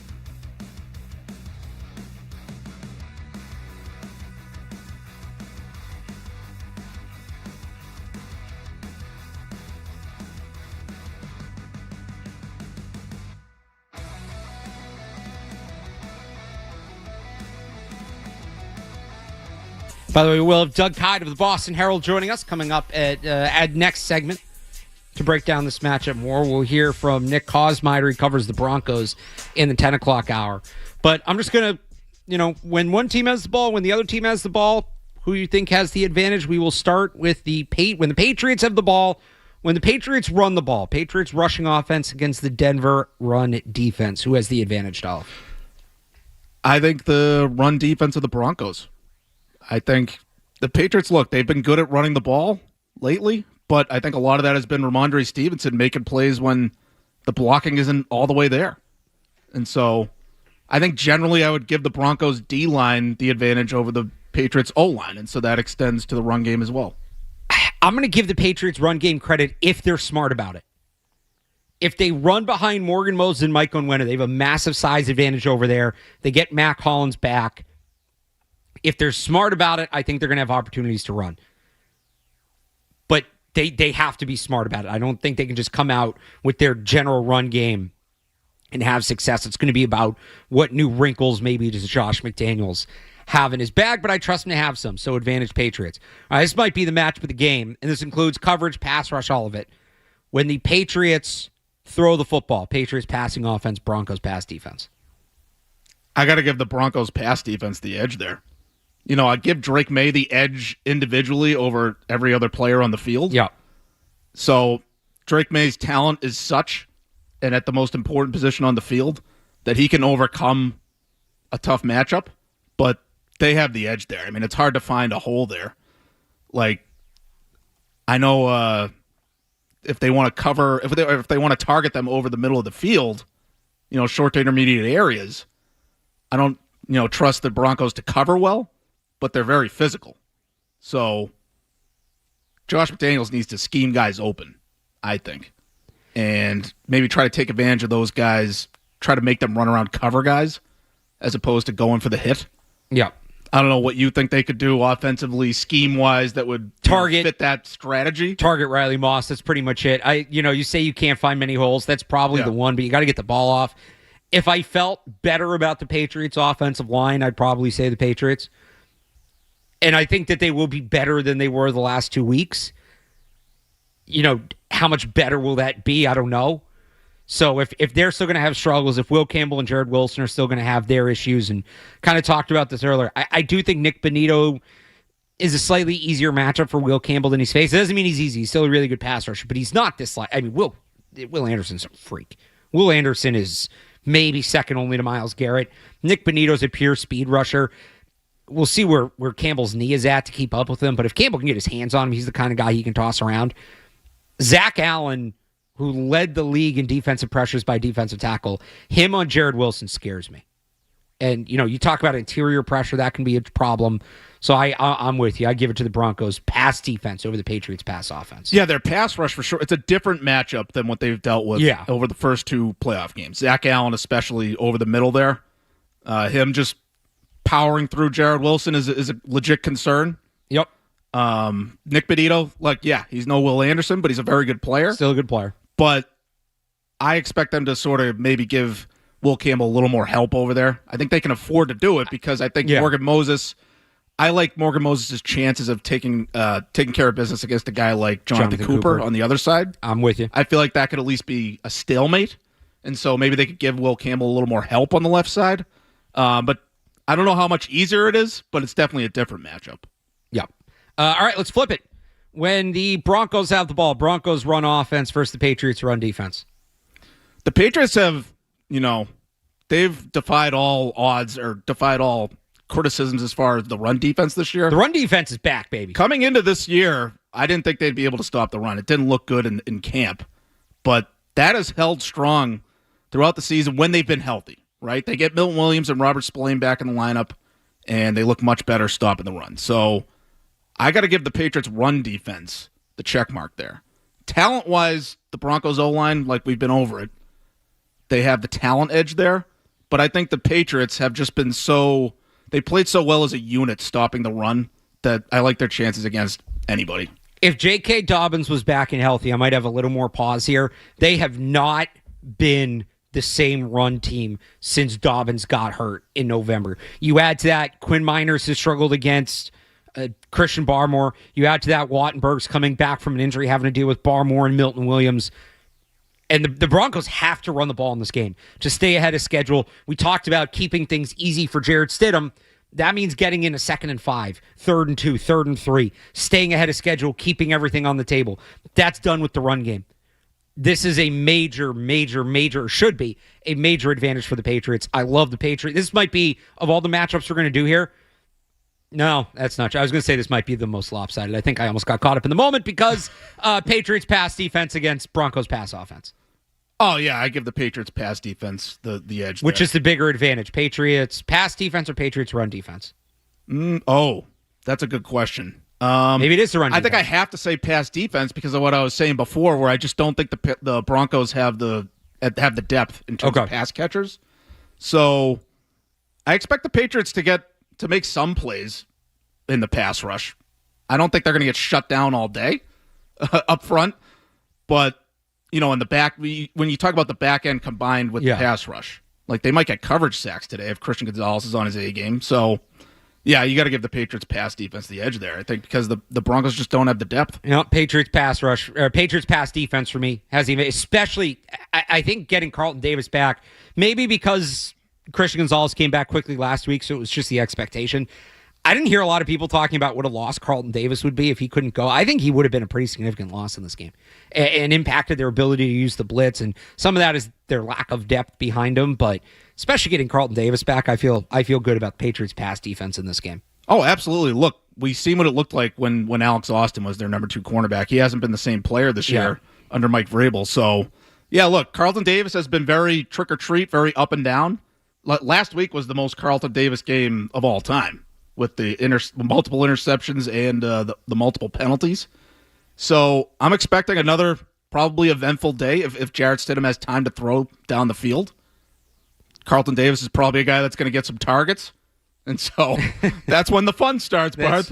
When him and Moss get targeted down the field, that's when the fun starts. The two most, or Riley Moss had the most pass interference calls against this year in the regular season. They're actually now tied when you include the playoffs. But in the regular season, Moss had the most. Davis was tied for 2nd or 3rd. So could see a few pass interference calls today. Special teams, who has the advantage? I'm giving the Patriots the edge because of Marcus Jones. I think Marcus Jones is kind of due to break off a play. And that's a unit, by the way, that, when they've made a mistake, they've been quick to correct their mistakes. We've seen, a week here and there where they had issues maybe coverage-wise or they've had a kick blocked. It's happened here and there. But I think Jeremy Springer, a special teams coordinator, he's done a really good job tightening up when they start to show cracks. So I have confidence in them coverage-wise, and that could be a huge factor today with field position and the altitude. I give Bryce Barringer a good chance to handle the altitude because he's been pretty sharp. So yeah, I give them the edge in terms of coverage, but I think Marcus Jones is what puts him over the top because he's probably the best playmaker on special teams between the two. So Marvin Mims is also a very good kick returner, but here's where I split the difference. It's easier to kick the ball away, I think, in the way the rules are set up now. This wasn't always the case. Maybe it was. It's easier to kick the ball away from a kick returner than a punt returner, I think, the way it's set up now. And I just think there's going to be punts today. That too. Yeah. I would be perfectly fine if the Patriots just hammering touchbacks out of the end zone. I don't mind giving Jarrett Stidham the ball at the 35. I really don't. Marvin Mims is a dangerous kick returner. He's somebody who can flip the field, who can change the game. Kick the ball out of the end zone, give the Broncos the shorter field. I don't care. With Jarrett Stidham, I don't care. So that's where I give Vrabel the edge in terms of how he manages field position and special teams and the kicking game and all that. There have been times where maybe he goes overboard with how he manages it, like at the end of the half and things like that. But at least he's thinking about it, right? It's a consideration for him of how to manage the end of halves, especially. So I give Vrabel the edge over Peyton there. I would just hammer it into the end zone. Don't bother with Marvin Mims. Speaking of that, last one. Who has the coaching advantage today? Sean Payton has won a Super Bowl. He's been doing this for a long time. One of the best minds in the game. Mike Vrabel trying to get to his first Super Bowl. Should win Coach of the Year. Who has the coaching advantage? You have to give Sean Payton the edge, just the experience. I know Vrabel has been at this spot before, AFC title game, and this is the best quarterback he's had. So it's not a big difference. It's close, but you have to give Payton the edge because of the experience. The guy has actually won. And he's proven able to, at least be productive and manage games and sneak in a couple wins with a backup quarterback. And this goes back to something I said on the podcast. Like, from the Patriots' perspective, Barth, we're just talking about one game. Like, a lot of the talk around Jarrett Stidham is, well, he's never been a starter. He's not a long-term option. He's never been a long-term starter for a reason. Doesn't have the makeup. I agree with all that, but can he win one game? Can he pull a Matt Flynn? He might be able to pull a Matt Flynn. I'm not predicting it. I think the Patriots win today, but he just needs to win one game. And I think Sean Payton, he's a guy that I could trust in a big game because he's done it before. Not to say that Vrabel hasn't, but I just think you have to give Payton the edge because of that experience. I think I'm going to go Mike Vrabel. Hey, Peyton has the experience, but how have his teams done in these spots? We won the one Super Bowl. He hasn't been back. I like Mike Vrabel, and I like Mike Vrabel to have his team ready in this spot. I don't know. Sean Payton this week kind of rubbed me the wrong way. They'll have 2 weeks to rest, and I'm not worried about Jarrett Stidham. I'm worried about everybody else and things like that. And I've always respected Sean Payton. I kind of rubbed me the wrong way a little bit. I'm going to go Mike Vrabel, but that's a close one. That's a close one. Before we go to break, I'll just let everybody know. I know we ran the spot earlier. There's the supposed to be a watch party at Jake and Joe's today in Braintree that has been canceled due to the incoming storm. So just a heads up, if you were planning on heading out there, don't stay home. Put the game on the radio. You can hear Bob and Zoe on the call. No live watch party today at Jake and Joe's. Matt McCarthy, Leroy Irvin. We're supposed to go. You'll have to catch them another time. Just wanted to fill everybody in on that. We got Doug Kyde of the Boston Herald joining us next to break down this match and more. It's Alex Barth and Matt Dolloff on the Sports Hub. More Sunday Kickoff coming up on the Sports Hub.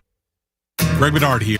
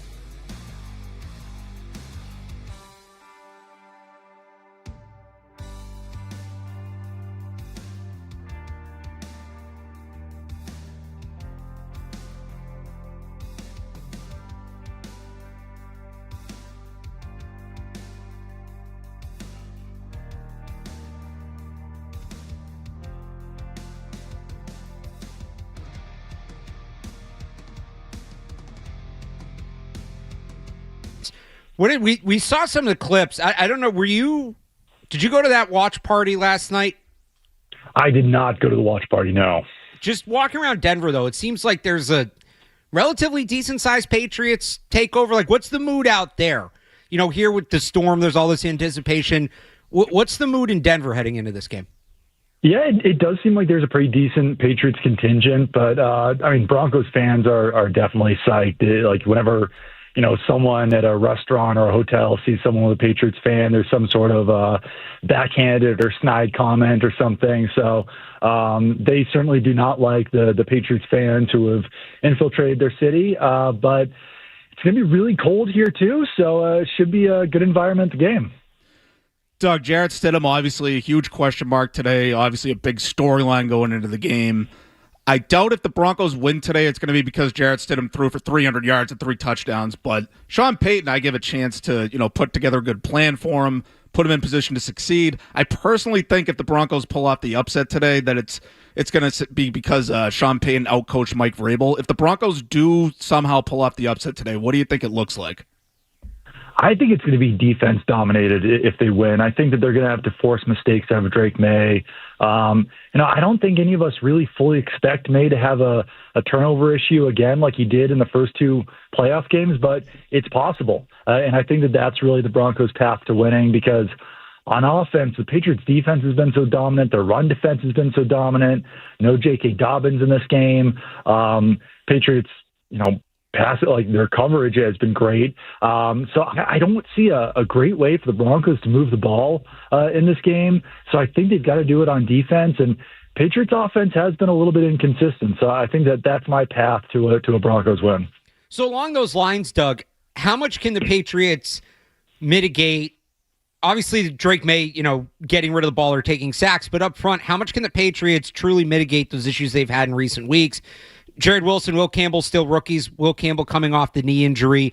Do you think they send more help those guys' way? Do you think there's any chance of a lineup change, anything like that? Or is it just, as Josh McDaniels talked about this week, young guys needing to learn in the playoffs? Yeah, I think it's possible that they could send more help that way, but the issue has been that it hasn't really helped Will Campbell up to this point. He even said it after last week's game that for some reason he struggles more when there's someone over there with him. So I think it would have been a really smart thing to work on that in practice all week, make sure that that's not an issue in this game so that he can have more help. So we'll see if they've done that. But otherwise, I know it sounds just so cliche, but if the Patriots can get their run game going early in this game, then those edge rushers, they can't just pin their ears back and go against Will Campbell. Zach Allen's got to be a little bit more patient in the middle of the defense. And I think that's really the way to mitigate the Broncos pass rush is to just be able to run the ball as effectively as possible, not get into 3rd and long situations, not get behind in this game, because then the Broncos pass rush could really do some damage. So I think that's the best way to do it. I don't know. Campbell has obviously struggled the first two weeks of the playoffs. He was much better over the regular season, but Benito's a really difficult matchup again, and he mostly rushes from the defensive right, so he's going to be going straight on against Will Campbell. And I worry just as much about Zach Allen, too, because he's going to be doing some work against Jared Wilson, and Wilson hasn't really been tested that way in a long time. So switching to the defensive line, Doug, I saw you wrote about Corey Durden this week. I think he's been kind of a find for a guy that wasn't here in camp or the preseason or anything like that.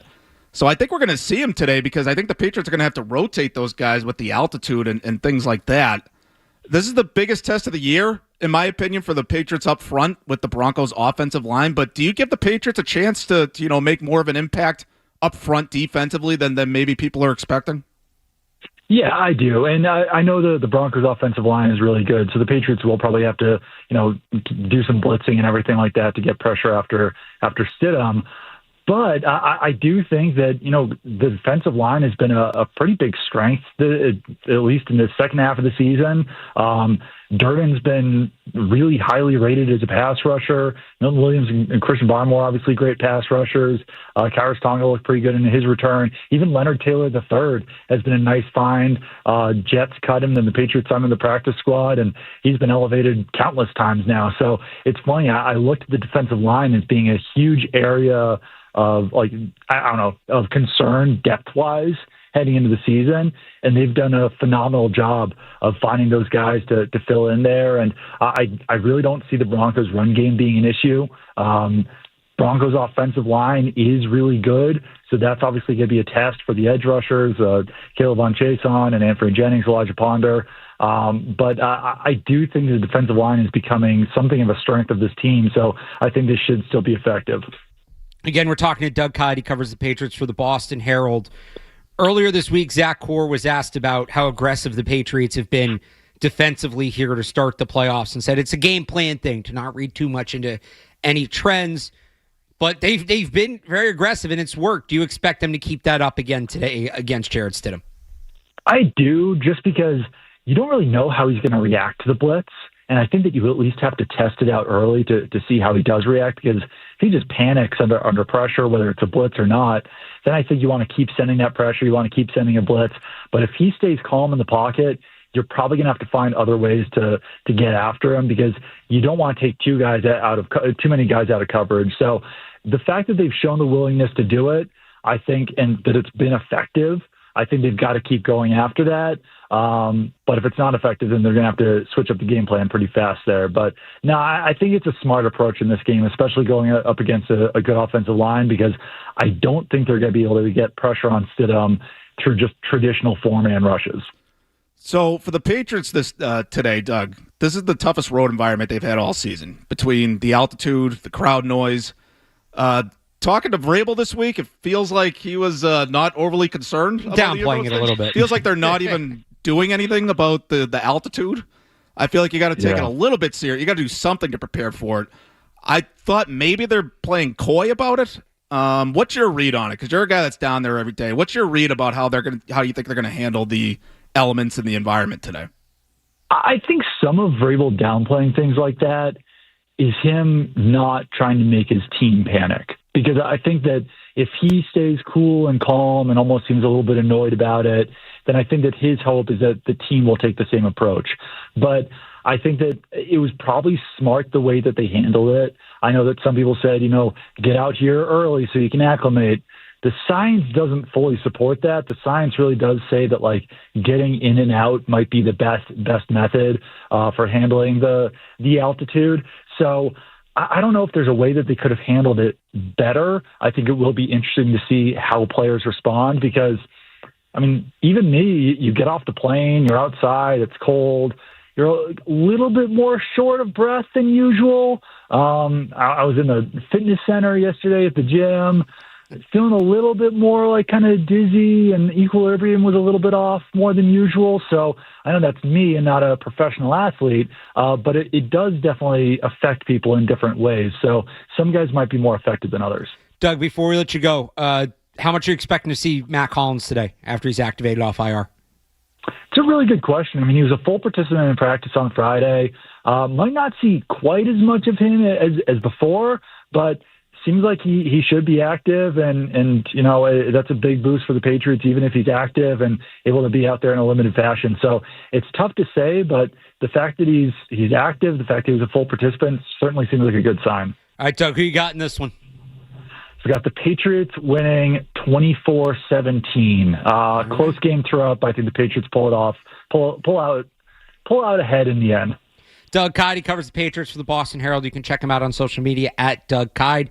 Doug, thanks so much for joining us this morning. Enjoy the game. Absolutely. Anytime, Alex. Anytime, Matt. All right, back to your calls next here. 617-779-0985. We've got open phone lines, and we'll take care of you after this on Sports Hub Sunday Kickoff. Stay tuned for more Sunday Kickoff on the Sports Hub. Looking for the perfect gift?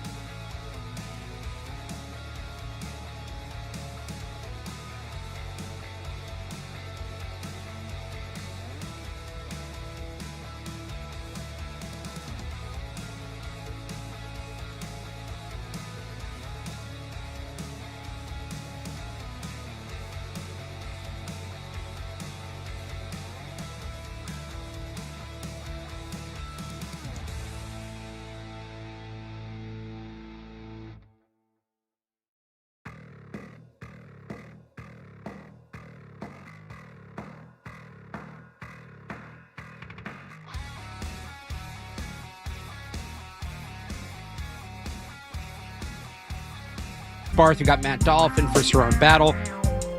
Let's go to your calls. We'll start with Dawn and Carver. Dawn. Hi, Alex. Listen, I saw some snippets last evening of the Bruins players wearing "I Love Drake May" shirts on their way into the locker room, and it hit me. I've been around forever, you know. We're so lucky to be here in Boston. It's one hell of a sports town, and the cross-pollination of sports is really special. Bob Kraft shows up at Celtics games, the players at Bruins games, et cetera, et cetera. Everyone seems to pull for each other, all of the teams, all of the four major teams. And here we are waiting for another Super Bowl entry, and the whole town is buzzing, the whole city. And it's just, it's been my pleasure to be part of just the fan base for all these many, many years. And I just wanted to throw out that anyone who's listening to the show or who's going to be glued to their TV set, remember, you're lucky to be one of the fan base of probably the best sports town in the world. All right. Thanks, Alex. Great call, Dawn. I love it. And we talked about this to open the show. The anticipation between this game, it's obviously a big Bruins game last night, the Celtics, the snowstorm. We've kind of half joked throughout it feels like the good old days. It feels like the good old days. Like driving home last night, getting ready for the storm, getting ready for the AFC Championship game, watching the Bruins come back, beat the Habs. Like, this really feels like the good old days now. It's not like, I'm just saying it because it's a fun thing to say. No, I'm saying because I mean it. This really feels like the good old days. And I do love when all the teams kind of, talk to each other and interact with each other and this and that. And yeah, it was McAvoy and Swayman, I think, were in the I Love Drake May shirt. So yeah, the atmosphere in the city right now is unbelievable, Dolph. Yeah, I don't want to say it doesn't happen anywhere else, but I feel like we're as consistent and reliable as any city in the country as far as players supporting each other, players going to each other's games. Yeah. Will Campbell chugging beers was that a Celtics game? Yep. So Joe Mazzulla, the coaches support each other, the GMs support each other. So yeah, I don't know how unique that is for Boston, but I feel like the way that there's almost like a camaraderie between the teams and almost like a healthy competition for everyone's attention, it almost pushes the other teams to, try to be successful. And so that's all that went on throughout the golden age of Boston sports, throughout the first 20 years of this century. But yeah, as far as today and the buzz and everything, I go back to the 2014 season, Barth. Yeah. When they won the Super Bowl against the Seahawks. That was the year we got 7 feet of snow dumped on us over a 2-3 week period. That snow would have hit a lot different if Malcolm Butler didn't pick off that ball. That's why if the Patriots blow this game today, and then we have to deal with that nor'easter for the next few days, it's going to be a much different vibe than if they win. You're going to be digging your car out one way or the other. The question is, are you going to be doing it with a smile or not? That's up to Drake May and the boys. You're going to be muttering to yourself like Joe Pesci in Home Alone while you're shoveling your car out. Drake May. Let's go to Randy in Providence. Randy. Hey, Alex. How's it going this morning? Good. So I look at the offensive side of the ball, trying to come up with kind of what's the different, what's a benefit to this team beyond the tight ends and running backs being targets in the passing game, which I think is a thing, but penalties. You had talked about Riley Moss, but I think what flies under the radar is Pat Surtain himself. He's 5th worst in the league in terms of giving up yards to penalties. He's given up 109 on 5 PPIs. So I think if Surtain is shadowing Diggs kind of a savvy vet. That could be something that he's able to take advantage of. And then just real quick, I just want to lob one out to you and see what you do with it, because I know you're a little bit of a draft guy. This is Championship Sunday, but it's also Shrine Bowl weekend. And we have 4 Patriots on the roster today that played in the Shrine Bowl last year. So do you have your eye on any guys in that game this week? And just to throw a couple names out there to you, Emil Wagner out of Notre Dame is looking real good, and Marcus Allen, cornerback out of UNC. Leave it to you. Thanks for calling, Randy. I am a little familiar with Allen just from watching UNC this season. I don't know what the protocol is going to be on drafting Belichick players after he kept the Patriots out of practice, but not a player. I think he's an okay prospect. I really have not looked at the Shrine Bowl this week.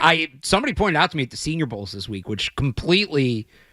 I'm used to having like a couple weeks to prepare for that. Now I don't know. So yeah, no, there were a few years there where you had plenty of time to focus on the Shrine Bowl. That was the main event. So I'll be honest, what was the joke? I think it was after the 18 Super Bowl where Belichick was like, yeah, well, we're a few weeks behind on our offseason preparation, so or something like that. I'm feeling that. He had one other point, the penalties. This is a big one for the Patriots today, Dolph. The Denver Broncos are the most penalized defense in the NFL. 53 penalties for 597 yards in the regular season. Not only have they committed the most pass interference, to the caller's point, 20 PIs, 8 of those from Riley Moss, 5 of those from Patrick Surtain, who also has a little bit of a problem with illegal contact penalties. Up front, they've been called for the most offsides of any team in the league and the second most roughing the passer. They will make mistakes. It will be up to the Patriots to capitalize on those mistakes, but they will make mistakes. You want to talk about the biggest weakness for Denver? We've kind of talked about, well, do you run the ball at them? They're a little small up front. Jonathan Cooper, Morgan Moses, that is an advantage. And that's stuff on the margins.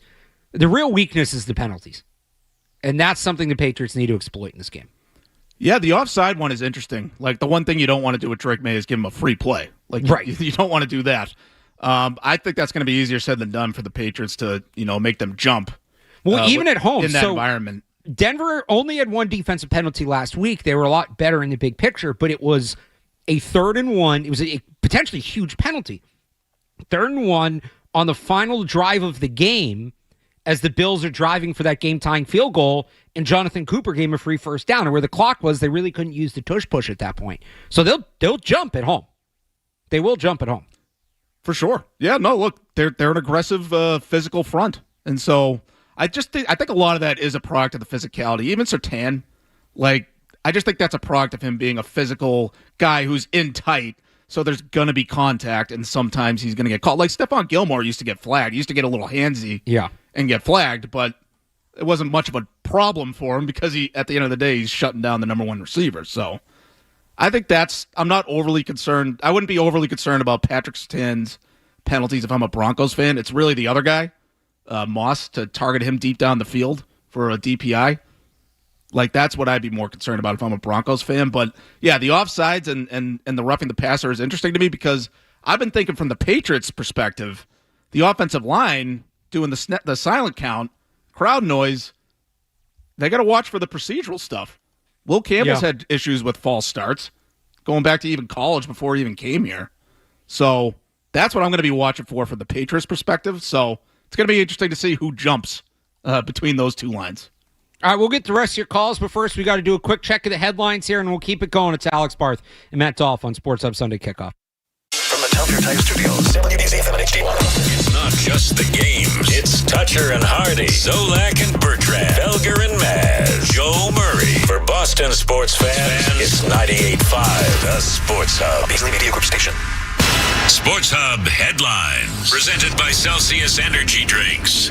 It's a championship Sunday in the NFL, and the Patriots are a part of it. They visit the Broncos with a spot in the Super Bowl on the line. 3 o'clock kickoff for the AFC Championship coverage starts at noon right here on 98.5, the Sports Hub. The Patriots will have Mac Hollins for this game. The wide receiver activated off IR yesterday. The Patriots also announcing the practice squad elevations. It's once again running back to Ernest Johnson and defensive tackle Leonard Taylor. So that'll decide one half of the Super Bowl. The other half will be decided after the NFC Championship in the late window this week. And it is the Seattle Seahawks and Los Angeles Rams. Kickoff is set for 6:30 in that one. Last night at TD Garden, the Bruins scored twice in 20 seconds in the third period to come back and beat the Montreal Canadiens 4-3. Morgan Geekie, not 1 but 2 goals in that one for the Bees, including what ended up being the game winner. Meanwhile, the Celtics came up short on the road against the Chicago Bulls, falling 114-111. They're back home tomorrow against the Trailblazers. Sports Hub headlines are brought to you by Papa Gino's. New England's favorite pizza is now Drake May's favorite pizza. Drake's favorite is the plain cheese pizza, so in honor of number 10, when you buy a large cheese pizza from Papa Gino's, you can get another large cheese pizza for just $10. Drake May and Papa Gino's, the perfect New England pairing. I'm Alex Barth on Boston's Home for Sports 98.5 The Sports Hub. Your next update at 11 o'clock. Listen to it, laugh at it, get mad at it, agree with it, argue about it. It is Boston Sports. Boston Sports. And it is all we do. 98.5 The Sports Hub. He begins the approach with a run-up and a swing hard leg. Every football game starts with the kickoff. This is Sunday Kickoff with Alex Barth and Cerrone Battle on your home for Patriots football. 98.5 The Sports. Hey, guys. How you doing this morning? Hey. Hey, great call by your call screener, too, about letting me know J.K. Dobbins was out. That's huge I think that's a huge loss for the Broncos. Anyways, Who do you think is the bigger issue in the run game for the Broncos defense? Do you think it's more hit him with Ramondre and then mix in a little Travion, or mix in Travion and then put in Ramondre? What do you guys think? I'll listen off here. Go Pats. Thanks for the call, Randy. I think you got to ride the hot hand. I think it's Ramondre Stevenson. And you need both, and the mix is good, certainly.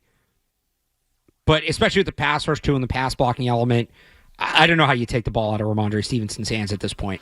It's a big question if they can open the hole for him right at the point of attack, up front.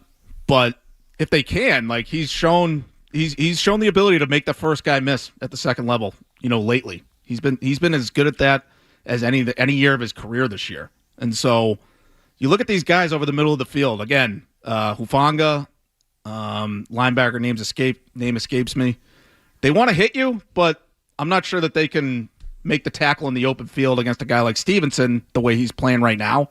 So I would try to run Stevenson between the tackles at least. Yeah. We've talked about it all year. You got to at least make them respect the run game. You got to make them account for it. So I would do that. Henderson, I would think maybe they could try him in the passing game more. Try him on the wheel I still route. want to Maybe see that. Line him up in the backfield, split him out wide. I want to see him that. out wide. I would love to see them test these guys that want to hit people over the middle in coverage, especially out wide. Yeah. I would love to see something like that from Josh McDaniels. I would too. You mentioned running between the tackles. I think running off tackle too is important, if nothing else, to offset the timing of the pass rushers. And you're going to have to run at Nick Bonito some, but they had so much success last week running behind Mike Onwenu and Morgan Moses, and those two just exerting their force and exerting their power on that Texans front, especially late in the game, that 6-minute drive that didn't end up with points, but will go down as one of their better drives of the year, or one of their most important drives of the year, because it took 6 minutes off the clock. The Broncos front is small. It is not a big defensive line. They are built for speed. If you get behind Morgan Moses and you get behind Mike Onwenu and you start leaning on them and you start pushing them downhill, I do think there's something to be had there. You can't become one-dimensional and just lean that way. I will say, you mentioned Hufanga, Alex Singleton, their linebacker. Singleton, that's what they've got good, rangy players at the second level. They only allowed 30 runs of 10-plus yards this year, which is the fewest in the league. They don't give up. And they were worse against the Bills last week, but the Bills one of the best run games in the league. That was strength on strength. But if you can lean on them and get 4, 5, 6, 7 yards at a time off that right side and just maintain possession and keep that defense on the field and get them gassed. We talked about this earlier. It's all about setting up the deep play. And they can't just come out and go bombs away, but they can set up opportunities to strategically pick the deep ball. That's part of how you're going to do it. But I think this should be another big Ramondre Stevenson game. Let's go to Chris in Hartford on the altitude. Haven't talked a lot about this, Chris. What do you got? Hey, Alex, just a couple points for you, okay? Yeah. Now, the New England Patriots, they got it in last night. They didn't sleep. We know this. They just jumped off of a plane. And I'm not big into stats, but, I did look it up. About 20% of the lung capacity, it's different, okay? So you're actually at a decrease on that. But a lot of rookie coaches, this is what they do. They substitute way too much on the front line because we're not remembering, if you rotate too much, the 350-pound guy has to run off of the field and then sprint back onto the field. That's real football. So this whole talk about we're going to blitz like crazy and we're going to blitz them to kingdom come like Phil Perry said would be silly. And I pray to God, Vrabel knows this, and I know he knows this. So if we have a consistent push in that pocket, blitz when we need to, I'm cool with that. But if you go ahead and want to go ahead and blitz a guy that hasn't seen any type of action in front of him like Stidham, you're making his life easy. They do not have a running game, but what they do well is they get Harvey in space off of screens. And that offensive line is extremely great at running the screenplay. So if you want to go ahead, this isn't a video game. This isn't Madden. Go ahead and think about rotating too much. These guys, I want about 70% push, 75% push. We will get there. All right, fellas, have a great day. Think about that. Bye-bye. All right, thanks for the call, Chris. I don't think you can... the point about substituting is interesting. They're running on and off the field. Now, the Patriots have substituted their defensive line all season. And they do it like hockey changes. They'll sub like the full line in and out because they have the depth to do it. Maybe you do a little less of that. I'd hate to think that they were changing their game plan because of the altitude. I don't think you're making Jarrett Stidham's life easier by blitzing him, like the caller said. And not against this offensive line. If it was a weaker offensive line, then maybe. He mentions being able to get the push up the middle. You hope that's what you're going to get with the banged-up center and left guard against Milton Williams and Christian Barmore. But this line's really good. I do think you need a blitz in this game to be effective. Well, I'm with Chris in the sense that you don't have to blitz him like crazy. You don't have to go over the top with it. You don't have to blitz too much. I think you got to pick your spots, right? Pick the right times to do it. Pick the right matchups. Pick the right situations. You got to at least test him though. You got to give him different looks and see if he can handle it. Like I give Sean Payton a good chance to have something ready for a blitz. Yeah. Is he going to have several things ready for all different kinds of looks? You get into the third quarter, and the Patriots, have built a lead, and they're starting to pin their ears back. Like, could Jarrett Stidham handle that? They're probably going to start blitzing more if that happens. But, yeah, they don't need to get overly aggressive because I do think Sean Payton will have at least a little something up his sleeve to sort of exploit it, take advantage of it, have a little bit of an answer for it. So, blitz, yes, but pick your spots. If they are going to blitz, so that's logical counter. You go in thinking the Patriots are going to blitz a lot. You do need to be ready for the screen. And that's where Robert Spillane, Christian Ellis, Jack Gibbons, you're looking at those guys to step up because that's going to be the first counter they go to. If you do come out and blitz heavy, if the Patriots do come out and blitz heavy, those screens are going to be the counter. And R.J. Harvey, I said before, their run game really has not been as good without J.K. Dobbins. But R.J. Harvey's a good pass catching back, and you need to be aware of that. Steve in Fall River. Steve, good morning. Good morning. So I'm not wrong very often. Man, well, I was spectacularly wrong in this 6-win prediction I had. I discounted Mike Vrabel's ability to make a difference, especially in personnel. He's got to be in charge of personnel. But the one thing I spent a lot of time on, hours on, was railing about taking a left tackle or any frontline tackle with the 4th-round pick. And I got to tell you something. We're not talking enough about Will Campbell's lack of being able to stop a speed rush. I'm worried. What's it, 44 or 45? Was that his number on the left edge of the Denver defensive line? This guy's better than anybody that was on Houston last week. You cannot be. I hope you guys are right. You cannot be 3rd and 7, 3rd and 9, 3rd and whatever with the crowd roaring, or you're going to have to keep 2 guys in to block because this kid cannot block a speed rusher. As a matter of fact, the best thing would happen if they.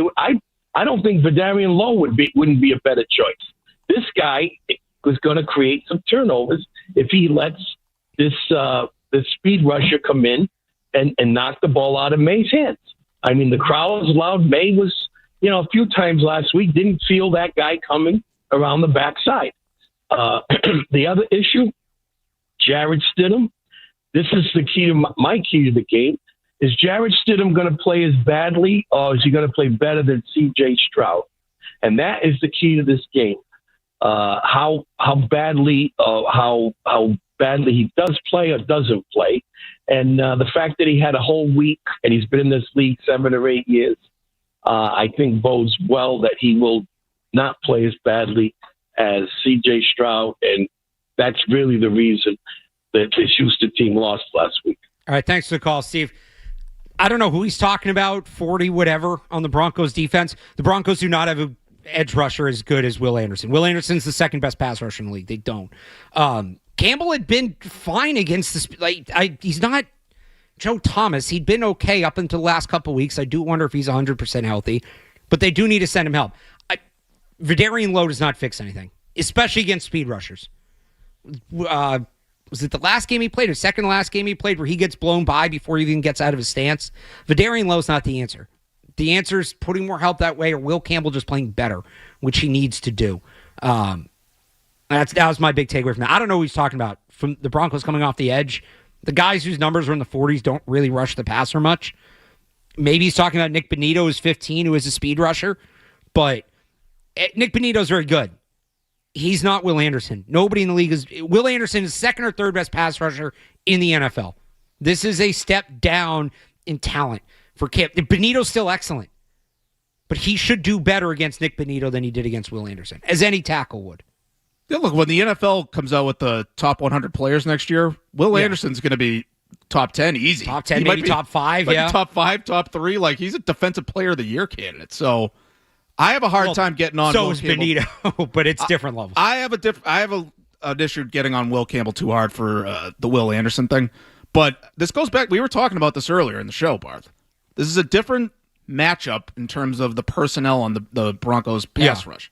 It's not Houston where they have two elite edge rushers, and so it's really falling mostly on the tackles to get that done. They can give Will Campbell help on the left side today because I think Morgan Moses can at least, have a stalemate with Jonathan Cooper on the other side. He's not Danielle Hunter. No. Again, Nick Benito's not Will Anderson. But same thing on the other side. So the real challenge with the pass rush is Zach Allen up the middle, if anything. But, yeah, Will Campbell on the left side, they're going to give him help. Yeah. And then, again, it's Zach Allen in the middle is the guy that I'm really worried about, but that should be Jared Wilson, Garrett Bradbury, Mike Onwenu. But I would assume if I'm the Broncos, I'm stacking Allen and Benito off the left side, the offensive left, and I'm running twists and stunts and whatever, and I'm making those two rookies pick it up with those two guys. That's what I'm doing with Denver, if I'm Denver. Will Campbell is a guy that I thought was pretty good at picking those up in college. So I think long-term, he's going to be good at picking those up in the NFL.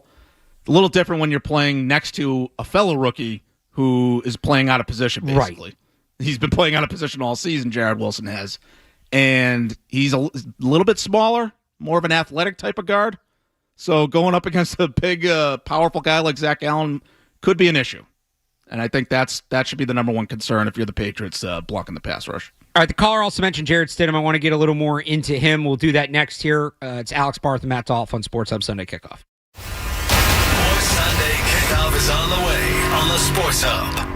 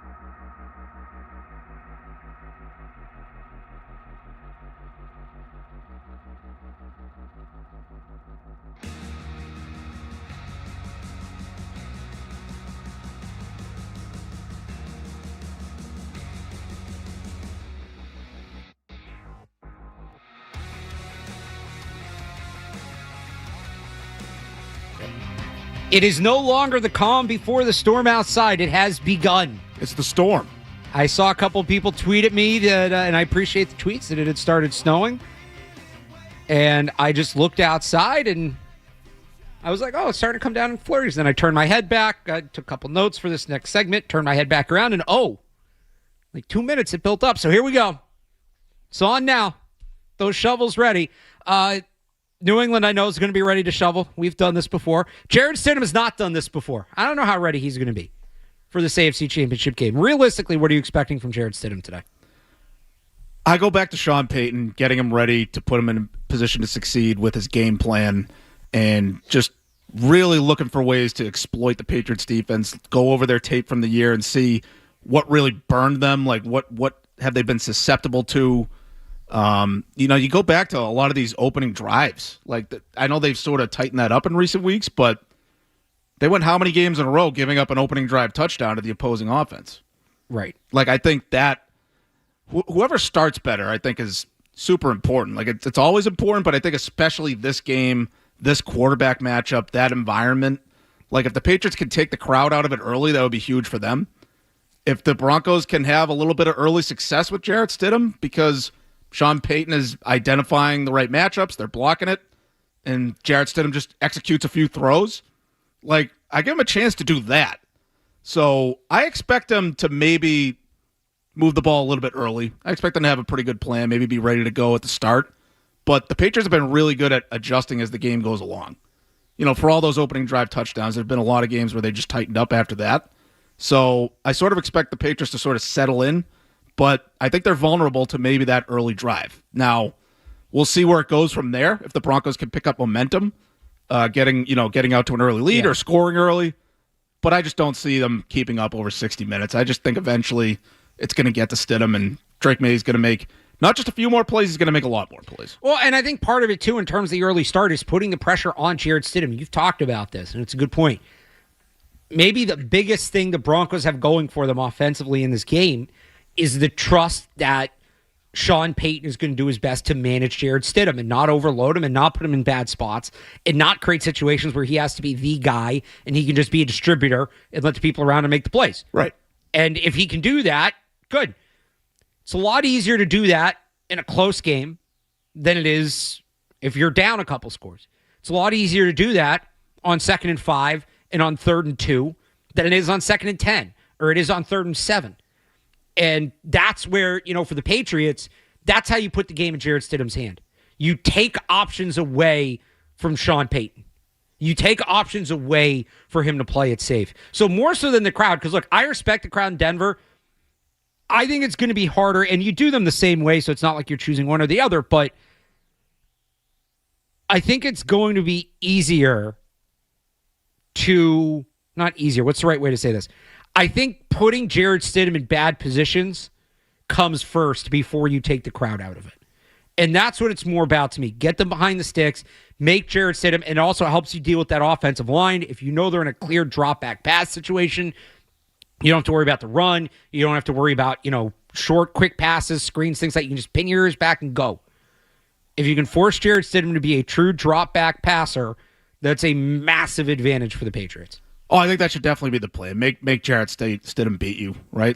I expect the Patriots to stop the run anyway, but today I do expect them to really key in on that because I expect Sean Payton to run the ball a lot. He's not going to drop back Jarrett. He's not going to drop back Jarrett Stidham 50 times in this game. I don't think. Well, so here's the thing, and this is where it differentiates to me.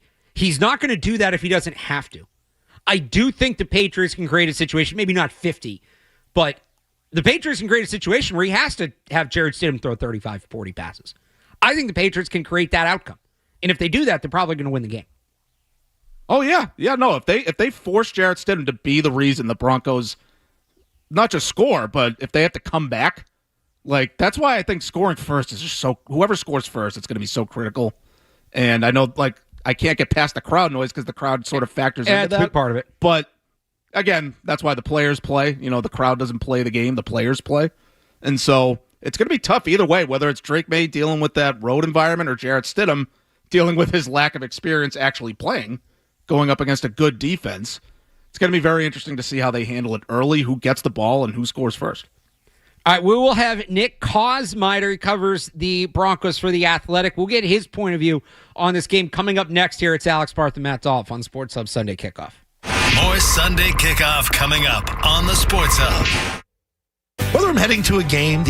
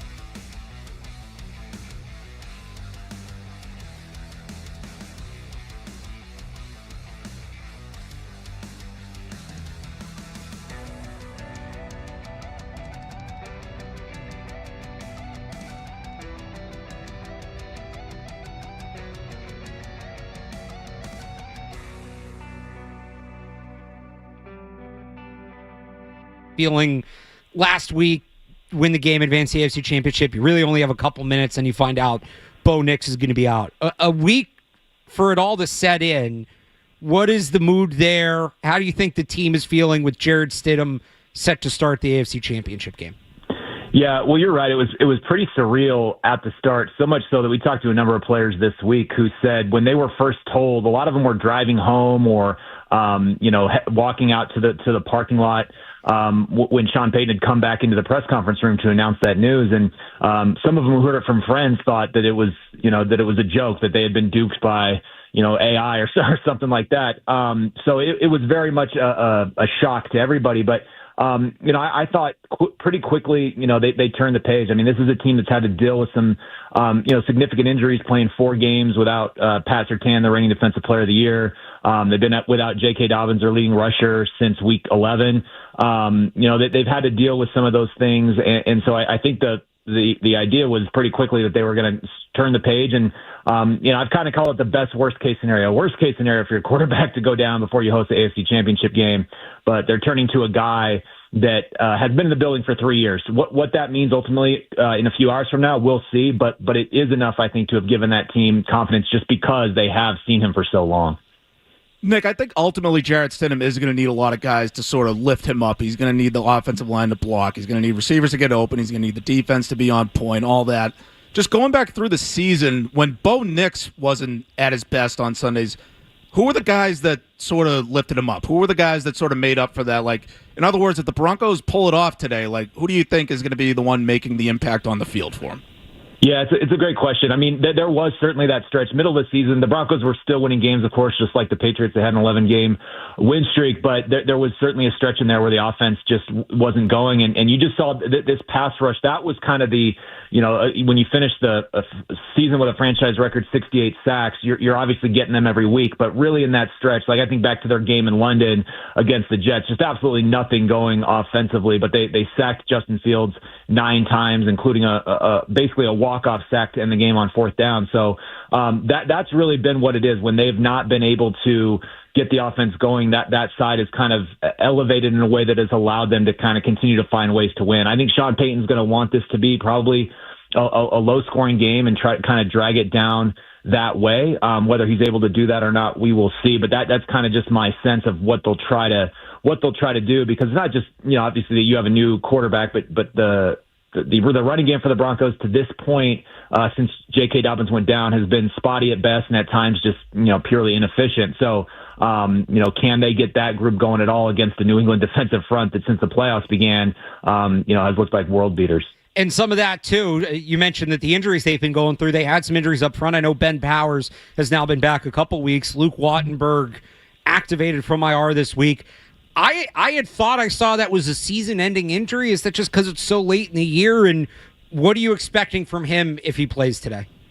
Yeah, they put him on IR just because when he first went down, it was after in a Week 16 game against the Jaguars. They knew that this was kind of going to be the date. It was a 4-week injury, and because in the playoffs the bye counts as kind of a game, unlike the regular season. Like if you have a bye, that doesn't count as a game. So they saw this as kind of when he was going to come back. But that is one thing I'm certainly looking at, right, is the center situation. He practiced in full this week, but is actually questionable for this game. I fully expect that he's going to play.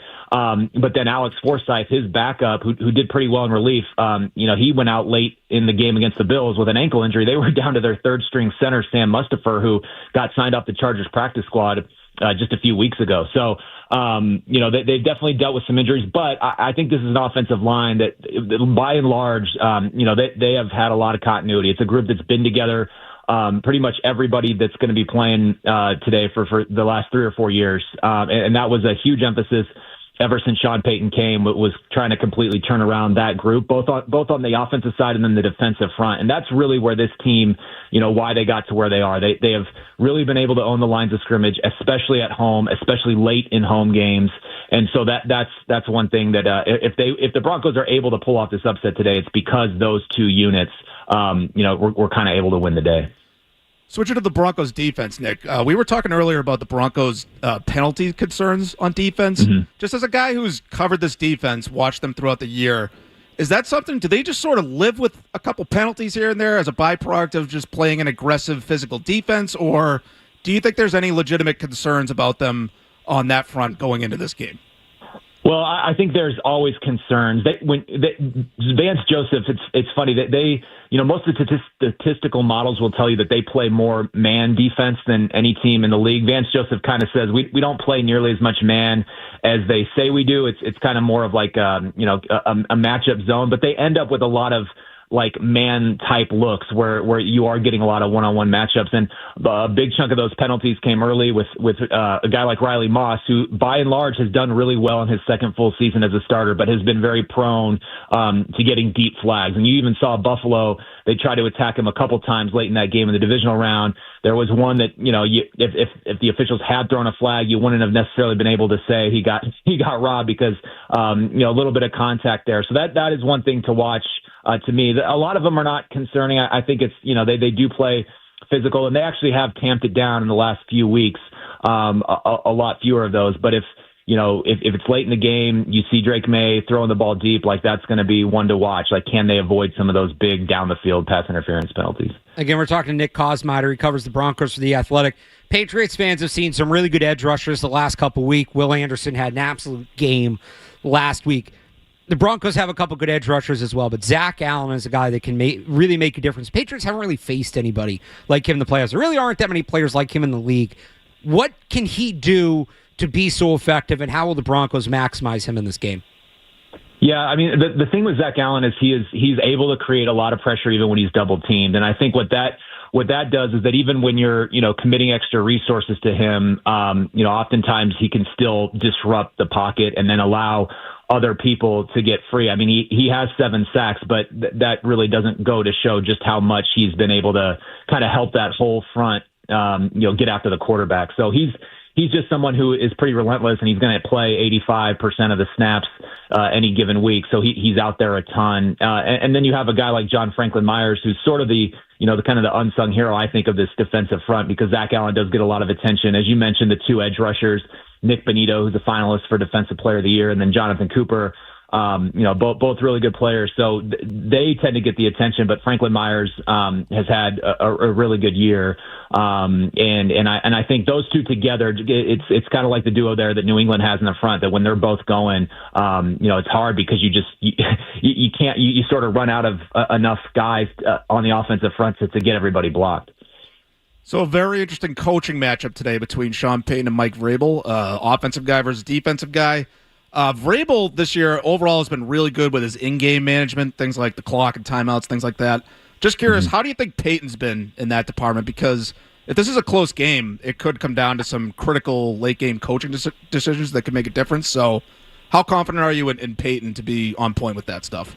Yeah, I think in his 3 years since he came back into coaching, all of which have obviously been here in Denver, this is, I think, the best year that he's had in terms of those things. It's been really sharp, and it's interesting, like talking to a couple players over the last week or so, a lot of them bring up Evan Rothstein, who was there with the Patriots for a long time, as just being somebody that during the week they get through all these situations, and he just has them kind of ready for everything, no matter what weird kind of situation they get in at the end of a game. You'll talk to them and say, yeah, we went over that this week, or we kind of were aware that could be how the game unfolded. So I think he's helped quite a bit in terms of the game management situation. The other thing Sean Payton has done really well is just, or they have done well as a staff, is just attacking weaknesses. I thought one of the real keys to the Buffalo game was the Bills had two reserve defensive backs, Darnell Savage, the safety, and Dane Jackson, the corner. They played only a combined 4 snaps in that game, and yet each of them gave up touchdown passes. Jackson was in the game for exactly 1 play,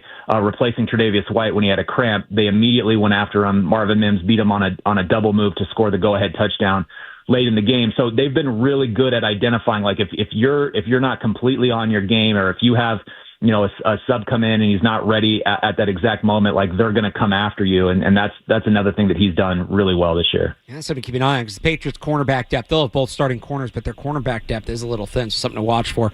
Nick Kosmider from The Athletic. All right, who do you got today? Oh man, you're going to put me on the spot. I've been kind of back and forth all week. I do think that Jared Stidham is going to play, I think, better than a lot of people expect. And I just think it's kind of the familiarity that he has. I think Sean Payton is going to drag this down into a low-scoring game. And, in the first road game for Drake May and some of these other guys, I point to the crowd. I have Denver winning, I think I said 20-19. I could look silly. That could go like very far the other way. But there's just been something about this team, 12 straight one-score wins. So I'm trusting that if they are able to keep it within a score today. They have been really good in close. Right, best one possession game record in the league. What is it? 10-2, 11-2. It was 11-2, tied with last year's Chiefs for the NFL record for one-score wins in a season, and then obviously they had another one the other day. So they just have a knack for it this year. Again, that doesn't guarantee a darn thing for today, but they've just had something going in those moments this year. There's absolutely something to be said for a team that knows how to win a close game. Nick Kosmider of The Athletic, thank you so much for joining us today ahead of this game. Yeah, really appreciate it. Thank you. That is two things he mentioned there that I think are factors here, Dolloff. And I noticed the Broncos doing this this week. I noticed them doing this last week. Sorry. They do attack when there's a substitution. If there's a backup, and this is what smart teams do, backup on the line of scrimmage, backup in the secondary, they're going to attack there. Now, the Patriots do that too, but that's something to watch. And they are a team that can win close games. There's something to be said for that. Yeah, no, that's very interesting that Sean Payton has been really on point with the in-game management. Not that he was ever bad at it, but I never really thought of him as that kind of guy. I thought of him as more of a gambler type, gunslinger type, on offense anyway. And the fact that he thinks he's gonna make it a rock fight. That to me is very interesting. Oh, I mean, well, that makes sense, right? Because you don't want to get in a shootout with Drake May. No, if you have Jarrett Stidham at quarterback, you don't want to be in a shootout, but Patriots have been capable of winning a rock fight. They have been. We'll get more into that. Plus, something else on Sean Payton and something he said this week I want to address. We'll get to that next here on Sports Hub Sunday Kickoff. Stay tuned for more Sunday Kickoff on the Sports Hub. The Mass State Lottery gets you ready for game.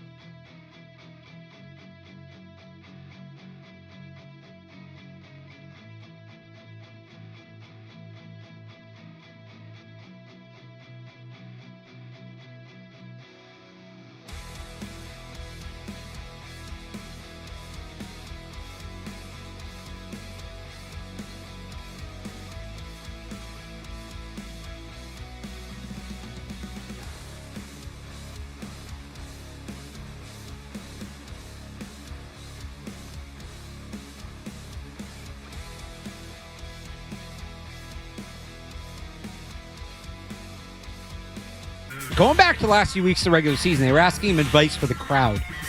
And he actually had some good insight. Before the Bills game, he said, everybody always gets loud, and I'm paraphrasing, but everybody always gets loud when the team breaks the huddle. You want to be at your loudest when the team's in the huddle. So they have trouble communicating the play. It's not just about communicating at the line. I thought that was good advice. So he's asked again for advice this week. And he says, well, they'll have 2 weeks to rest. Referencing the 2 weeks there is between the championship Sunday and the Super Bowl with the extra week in there with the bye. Little bulletin board material. You think that one made its way down to Foxborough? Vrabel was asked about it, and he downplayed it. But that's what he's doing in public. Look, Vrabel, he's got enough of a personality where you could picture him, coming up. Remember when Bill Belichick, was it before the Eagles Super Bowl? Talking about the parade route. I just want to update you on the parade route. They'll be going down South Street if you're interested in that. And start on Broad Street. How about when the Steelers had their bags packed for New Orleans? Willie McGinnis on the sideline, cancel all those reservations. I feel like that stuff is mostly overrated, but Vrabel, this particular team, I believe him when he says, look, we got plenty of motivation without any kind of outside noise, because what we've talked about, they show up every week. They're motivated enough to just go win a football game. This guy's got a lot of pride. If you wanted to boil down the identity of the Vrabel team to one word, pride. But I think some of that comes from using things like this. Like we heard last week, and it's a little different, but all the hype for the Texans defense, that the Patriots defense maybe took that personally. Hey, we're good too. Why aren't you talking about us? And Vrabel said as much after the game that they took that personally. I should say they don't necessarily need it. Okay. Right? They could probably win without any kind of outside motivation, but maybe that's to your point. Maybe that's the last thing you want to do is poke the bear with his team that is motivated enough just to show up and play on Sunday regardless of what's happening outside. You want to introduce outside noise to the equation? Maybe there is a little bit of a risk. Talking about the Philadelphia parade after the game. All right, it's 11 o'clock in case anyone attend that. Oh, it's so good. Good job. That is maybe top 5, even top 3 Bill Belichick soundbite moment for me. Just the dryness in which he said, in case. It's going to go from Broad Street up to Washington Avenue, past City Hall, then down the bench in the Franklin Parkway, and we'll end up at the Art Museum. Planted it right. The part that really gets me is not just he's reading, it's like if you're interested, if you're planning for it, if you want to go, I can only imagine the players say it. That's what would get me. If I'm in that room, every time he's like, yeah, if you want to plan for that, I'd be seething. Right, Vrabel was in that room? And Vrabel was in that room. He was sitting right there. Vrabel was in that room. So I could see that. That could be one thing that I think Bill could have passed down to Vrabel as a coach, even though he's not in Bill's coaching tree technically. That whole thing of building in a little extra motivation. I could see that. I just don't think they necessarily need it because they've been so consistent. So my question about this, my only thing is that the Broncos have nothing to lose. So the Patriots win today. It's not like that comment is going to blow up in Sean Payton's face. I think it will. This isn't exactly Freddie Mitchell saying, "I got a little something for you, Ronnie Harrison." That was a good one too. Yeah. Bobby in Acton has a thought on the Patriots getting ready for this game. Bobby. Yeah, thanks for taking the call. Great show, guys. Thank you. I just have one thought, and nobody's really talking about it. I don't know why, with the Patriots being 0-4 in the playoffs at Denver, why they didn't head out maybe Thursday, Wednesday, or Tuesday this week. It's out there. I don't know. Just want to get your guys' take on what you think about. Thanks, Bobby. Yeah, nobody's talking about them heading out early. That hasn't been mentioned at all. That was the first question to Vrabel this week. I don't mean to dump on him. He's a little behind, though. I don't either. Vrabel was asked, and he said, well, we would have had to go out last Thursday. Right. And it wouldn't have worked. We would have had to play our fourth stringers against the Texans, so we're just going to stay here. So it truly takes about a week, I think a little over a week to adjust. And what some people will tell you is get in, get out. And it really starts to hit you when you're there for a little more than 24 hours. So the Patriots are going to get out before the effects start to hit really badly. There's also, for going out there early, even if it would help a little bit, which, again, from what I've heard, and I'm not a doctor, I don't know, but there's a million other logistical issues that come with holding an NFL practice away from your facility. Those joint practices are kind of a pain in the ass. So you also have to counter it with, is it going to be worth it for all of that? If they lose this game, it won't be because they didn't leave early. That's just not going to be that much of a factor. I go back to Dolph. Do you remember they played the Bucks and then a quick turnaround? It was the Thursday game against the Jets at home that week. And Tampa's another one of these things. It's a unique environment. It doesn't hit you as much during the game, but after the game, and I talked to David Andrews about this on our podcast, and that was an especially humid day down in Tampa. The amount you get dehydrated and what that game takes out of you physically, Andrew said, like that, it's a longer recovery than the average game. But you had a shorter time span to the Jets. And remember everything Vrabel told us that they beat the Jets, and he goes up to the podium, and I think the first thing he did was thank the training staff and the medical staff and strength and conditioning, because they had a plan right away. Guys getting an IV drip immediately after the game, treatment on the flight, guys getting treatment when they got back to the stadium before they went home, and, certain ways they were going to manage practice reps. Like, they had a very detailed attack plan going from that unique environment in Tampa to play the Jets on a short week. So, to me, it's not the same, but it's similar, where you're trying to kind of come up with a way to beat biology in a sense. And we've heard players talk this week about, extra hydration and how they're managing their reps and extra conditioning and things like this. I think they believe more in their plan to manage it versus simply going out early and the other host of issues that brings up. All that Tampa stuff, that's a tell that they do have some sort of plan in place. And that's why the comments kind of struck me this week, because Vrabel kind of sounded like they weren't even thinking about the air. They weren't even thinking about the altitude and how it might and some of it might be a mental thing too. And Doug Kyde brought this up earlier. Mind over matter. If Vrabel starts making a big deal of it, what is that message to the players in the locker room? Yeah, that was going to be my other point, is that it's almost treating it like a mental thing rather than something physiological, where it's like, get in and out, don't think about it too much, otherwise you're overthinking it. Like putting them in hyperbaric chambers, flying out a week early, loading them up with all kinds of pills that might not be on the approved list, things like that. Like, yeah, I get it. Like that might be overthinking it. But yeah, like the thing about Tampa, that tells me that there's something they got something in mind for how they're going to handle the air. And if they win today, maybe Vrabel's doing the same thing he did after Tampa. Thank you to the coaching staff getting us ready for the environment. I think ultimately Vrabel just doesn't want to treat it like too big of a deal, because he thinks, he doesn't want it to be a mental block for them. I'm sure if they win, there's going to be some sort of something about the training staff, the strength and conditioning, all that. Gary in Marblehead has a thought on the conditions. Gary. Hey, Barb, first and foremost, go Bombers. Yep. Go with you. Hey, just wanted to see, I haven't heard this brought up yet. Could you talk about the altitude and the effect of this game? Really concerned about it. Anyway, no, I wanted to propose a would you rather. Would you rather have this game today in Denver or right now at home in what we're calling, 30 feet of snow? Thanks. No, it's a good question. It's a good question, Gary. It's a good question. We talked about this off the top of the show. I don't want to say they're better off in Denver, because I think sleeping in your own bed, not having to deal with the travel, that's obviously a very intense crowd. Like, it's not ideal. There's a whole other different set of issues. I love snow football. I really do. When it's supposed to be snowing 2 inches an hour, you're talking about the game becoming a total crapshoot. It does not matter. Like, Drake May becomes irrelevant. The Broncos defense becomes irrelevant. It's simply who's managing the conditions. And I love games like that, more so when it's not my team, and I can just kind of sit back and enjoy it. So I hesitate to say that they're better off, but there's certainly an argument for it. Did you know that Denver is exactly 1 mile in the air? So is it exactly 1 mile? That's why they're the mile-high city, baby. Okay, but you're telling me the entire city's perfectly flat? Yeah, I suppose you could move 10 feet and you're a mile and 1 inch in the air. I would suppose. Can't be exactly a mile.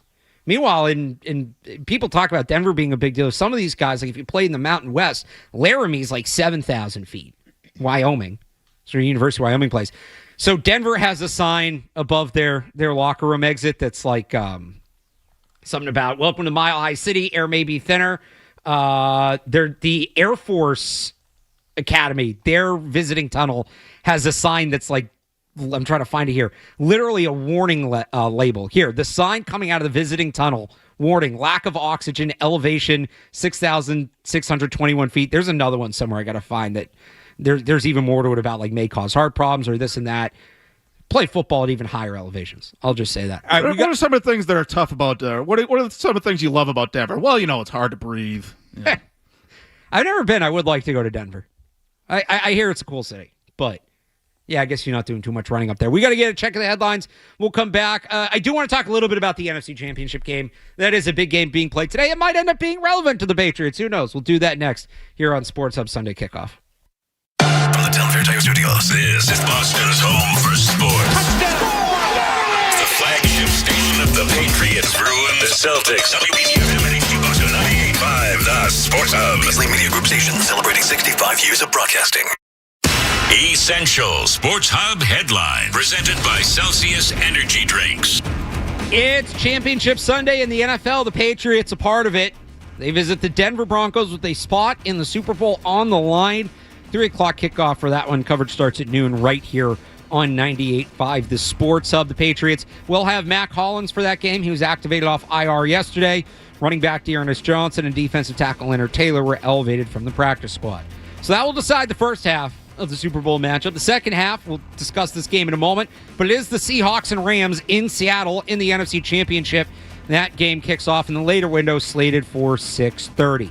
Last night at TD Garden, the Bruins scored twice in 20 seconds in the third period to come back and beat the Montreal Canadiens 4-3. Morgan Geekie scored 2 goals for the Bees, including the eventual game winner.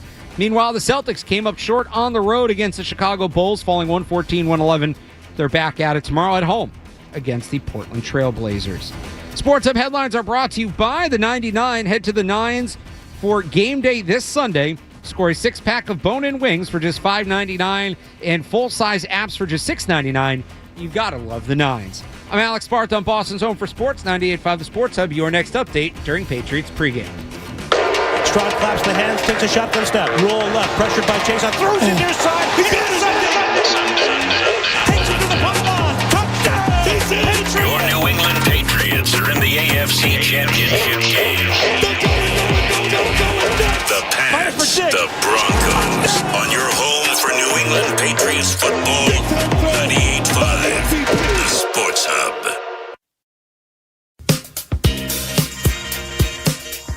Pick a target. You pick it.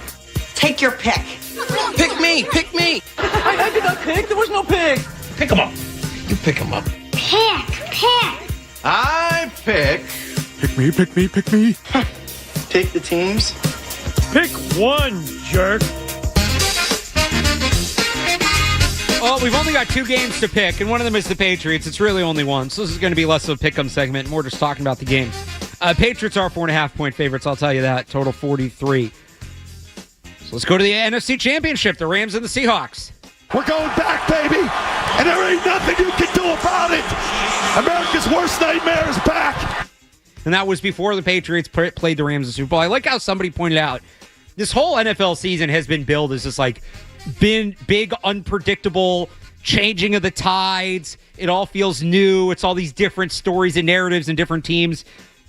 Yet for the Super Bowl, we could get Patriots, Rams round 3, Patriots, Seahawks round 2, or Broncos, Seahawks round 2. I don't think we've ever gotten Broncos, Rams. That would be the one exception. But 3 of the 4 potential outcomes are fairly recent Super Bowl rematches. I think the furthest back one would be Broncos, Seahawks, and that was 11 years ago, I think. 12 years ago? Like, not that 13 years ago? Yeah, 2013. So not that far back. But it will be one of the Broncos and the Rams. Seahawks are 2.5-point favorites. Total's 46, playing up in Seattle. I think one of the cities, I believe, that is spared of this weather that is kind of hitting the whole country. Who do you like in this one, Dolph? And by the way, it is 40 degrees and partially cloudy kickoff. I like the Rams. I think they have the much better coach and quarterback tandem. They have arguably the best coach-quarterback tandem in the league. I think that's a big reason why it's felt like they've been among the top contenders for the Super Bowl all year. As long as they have Sean McVay and Matthew Stafford playing at literally an MVP level, they could beat anybody. And I mentioned earlier, this is kind of a legacy thing for them this year, more so than any of the other teams. Like Drake May just arrived. Sam Darnold, I mean, does he even have a legacy? I don't know. I don't know what you would put on him there. And, Bo Nix also just arrived. Sean McVay, Matthew Stafford, it's as close for them as it's ever going to be with them together. And Sean McVay, it would be his third time going against the Patriots. So maybe it's big. It's big for him more than anybody. But I like the Rams. This is a great old school kind of matchup. You have the better coach and quarterback versus the better complete roster. Right. And Mike McDonald's done an awesome job, but he hasn't been in this spot as a head coach. Sam Darnold has had a heck of a year, and he kind of shed some of those, the narrative about him playing poorly in big games with the matchup between these teams on a Thursday night earlier this year. It was late in the season. There's something about the Rams and the MVP run for Stafford and all that. They kind of have similar to the Patriots, this just might be their year kind of feel. Yeah. But Seattle's a better team, and I do think, dome team going up there is going to be cool. And I know Rams fans protest being called a dome team. Do you know about this? So there's this little, and the Chargers fans are the same way. There's this little gap between the wall and the roof of SoFi, so there's a slight breeze that gets in. So it's not technically a dome, but come on. What are we doing here? I know what I see. A slight breeze. There's a roof. And it's a clear roof. Okay. It's a roof. But it's clear. It's literally people in glass houses should not throw stones. I don't understand what the obsession is in LA with calling that not an indoor stadium. It's an indoor stadium. I'm sorry. I think the Rams could go up there and get bullied. They got that power run game. Robbie Oots, who's a guy I loved in the draft, underrated player. Their fullback has been awesome. The defense flies around. I kind of like Seattle. Now, you want to tell me the Rams might cover 2.5 and it's going to be a 1-point game? Yeah, I might buy that. I think it's going to be a fantastic football game. I'm hoping hopefully there's a lot of fun stuff to talk about Patriots postgame. I'm also hoping it's relatively quick because I want to catch this game. I think the Seattle comes in and bullies them, knocks them around a little bit. I personally, I think Patriots, Rams, Super Bowl, if the Patriots get there, more fun in terms of the storylines, and I think it's a better matchup for the Patriots. Seattle might just be a wagon. Look, this is my favorite topic, talking about the football, is what wins? What do you want more? A more complete team? Or do you just want the better quarterback? Well, it's going to be settled. I usually think, exactly. I feel like we get this every year now. Yeah. Where those Chiefs-Eagles Super Bowls, when the Chiefs beat the Niners a couple of years ago, that was basically we have Patrick Mahomes and you don't. The Niners, I thought, clearly had the better overall team. And Kyle Shanahan choking.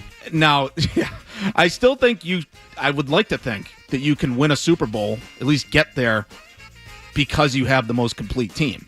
But you still need your quarterback to come through at least a handful of times, make a few big plays, even if he's not an elite top-end talent like Mahomes. Literally. That was Jalen Hurts last year for the Eagles. And that's Sam Darnold. But he's kind of choked in some of these big games. Again, he was better late in the year, but he kind of has this history of not being great in big games with Stafford. He is a ring. He has risen to the occasion. How do you feel about it if you're Seattle? Hey, this thing comes down to Sam Darnold not choking late. How do you feel? That's the thing. That was the second piece of it, is Sam Darnold that guy that can come through in that big moment? It gets down to a third and long. They're down, fourth quarter. He's never really felt like that guy you can depend on. No. He got there with the Vikings last year. I think he deserves a lot of credit for going from one team to another and continuing to play well. He's had a tremendous season, whatever happens today. He's had a tremendous amount of support on both the Vikings and now probably even more the Seahawks. He has the best receiver in the league this year, Jackson Smith-Njigba. But, ultimately, sometimes it comes down to the quarterback. And even if you have the more complete team, if you got a Brock Purdy back there that can't make the play when you really, really need him, and then on the other side is a quarterback that can, which I think Matthew Stafford is that kind of quarterback. That's what I think it's going to come down to. I think it's going to be close because Seattle is so balanced and deep and tough. But I think ultimately it's going to come down to which quarterback makes more plays in that one. I give the edge to Stafford. This is also an interesting difference. You mentioned having a guy like Brock Purdy or, say, Jimmy Garoppolo, and it's one thing to have a quarterback who can't make those plays. It's another thing to force that quarterback into making plays as a coach. and being up 2 scores and saying, yeah, Jimmy Garoppolo, throw the ball down the field instead of trying to run the clock. Mike McDonald is a defensive coach. I think he's got a better handle on game situation and the clock and things like that. That could be... I don't think he has the advantage over Sean McVay. But I think his mentality is what Seattle needs and the way they're built in order to win this game. I don't think that was the case with some of those other coaches coaching those teams that you mentioned. So, you got the Rams, I got the Seahawks. I got the Rams in a close one, but I got the Rams. I got the Seahawks in a close one, too. It's really a toss-up. 30-27, something like that. Yeah, there's going to be points. There's going to be points. That Thursday night game was a classic. Probably get another one. I hope we get another one like that. That'd be excellent. So that's your picks. Conference Championship week. Usually we at least have 2. Every time I've done the show, we at least have 2 games to do. Haven't really had to do this with one game because we do our Patriots picks at the end. But I get used to this. Not bad, and it saves us some time here because usually a segment runs long. Saves us some time so we can get to your calls. Phone line starting to light up again, 617-779-0985 to you right after this.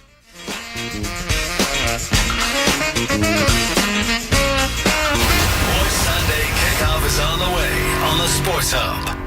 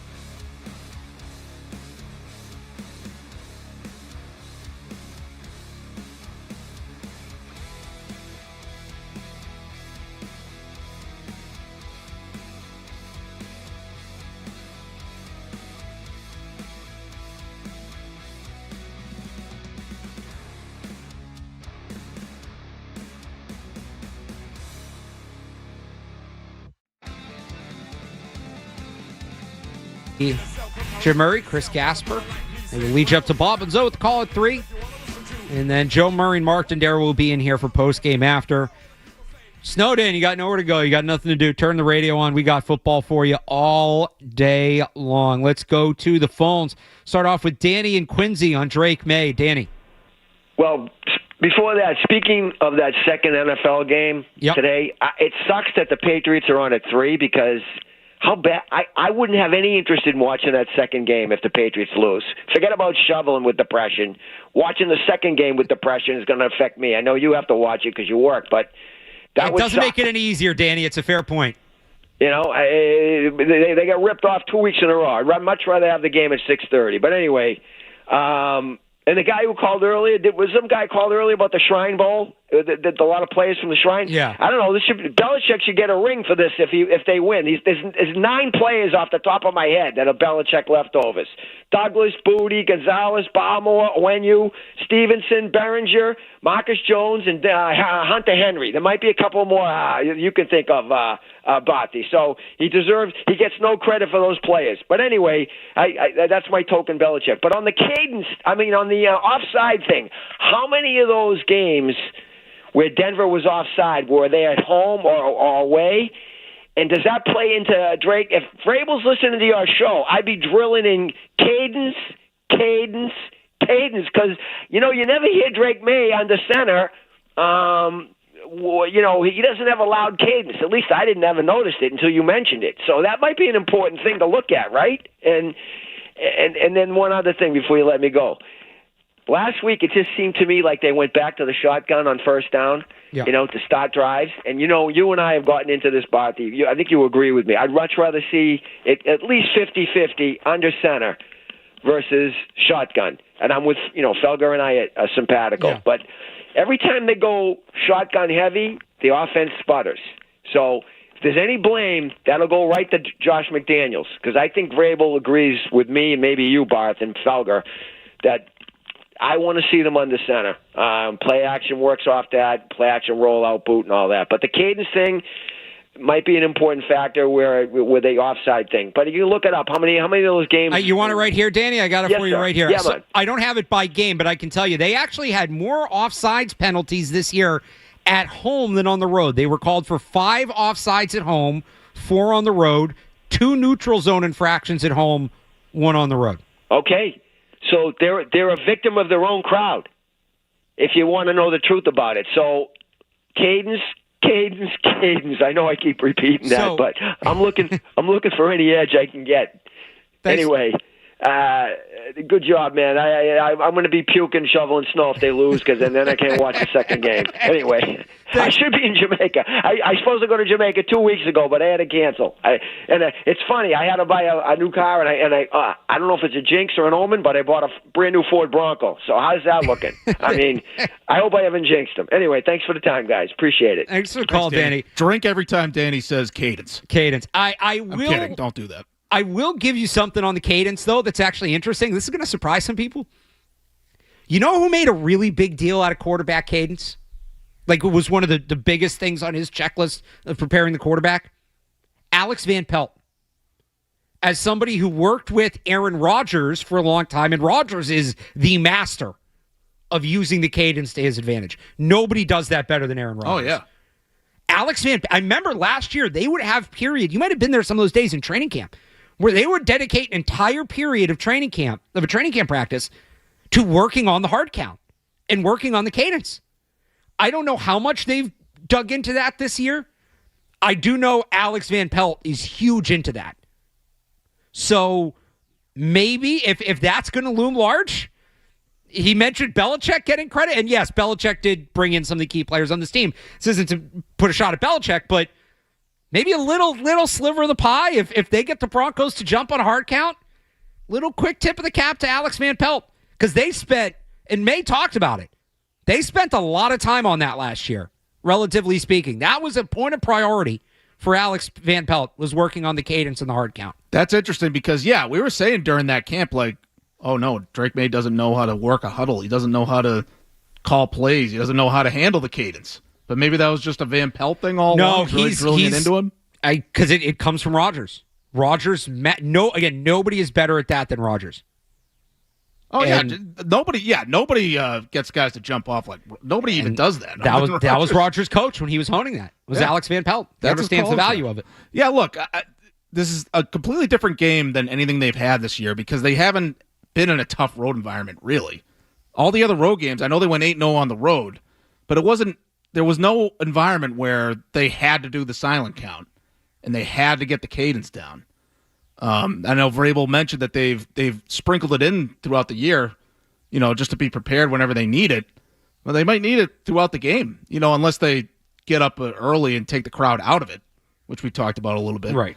That's why I think like if they could just get an early lead, like that could make all the difference in the world. You won't have to worry about the cadence so much. But yeah, they got to run a different kind of offense, just fundamentally because of the environment. Let's go to Alex in New York on the potential Super Bowl matchup. Alex. Hey, guys. One quick thing, and then I'll get to my Super Bowl take. Anybody in Pat's Nation right now that is suffering from Nick Foles PTSD, just remember, Nick Foles was a successful NFL quarterback as a starting quarterback in Philadelphia before being relegated to a backup, whereas Jarrett Stidham, 1-3 as a starter. So, and if I could just, that eases.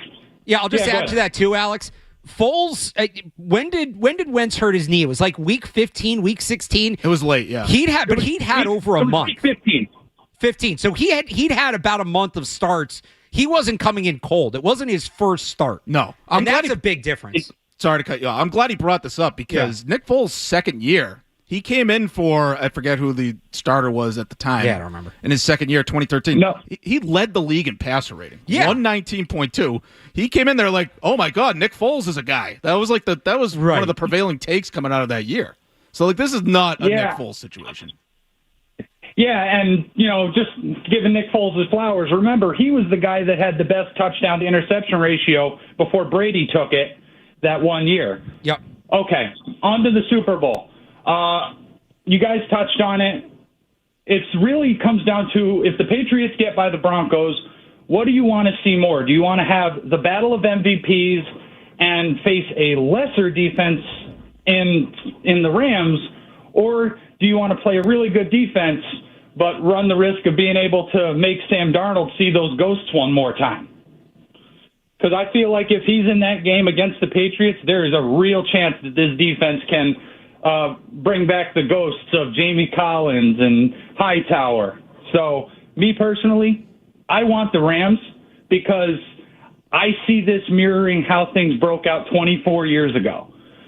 You got a second-year quarterback playing way above his head, going against a vaunted Rams offense, a team that everybody will pick to win that game and probably by at least 7 points. Give me the Patriots to play the Rams in the Super Bowl. Give me Drake May, Super Bowl MVP. Give it to me 24-20. Yeah. And I'll take it off air, guys. Thank you. Go Pats. Thanks, Alex. There's similarities.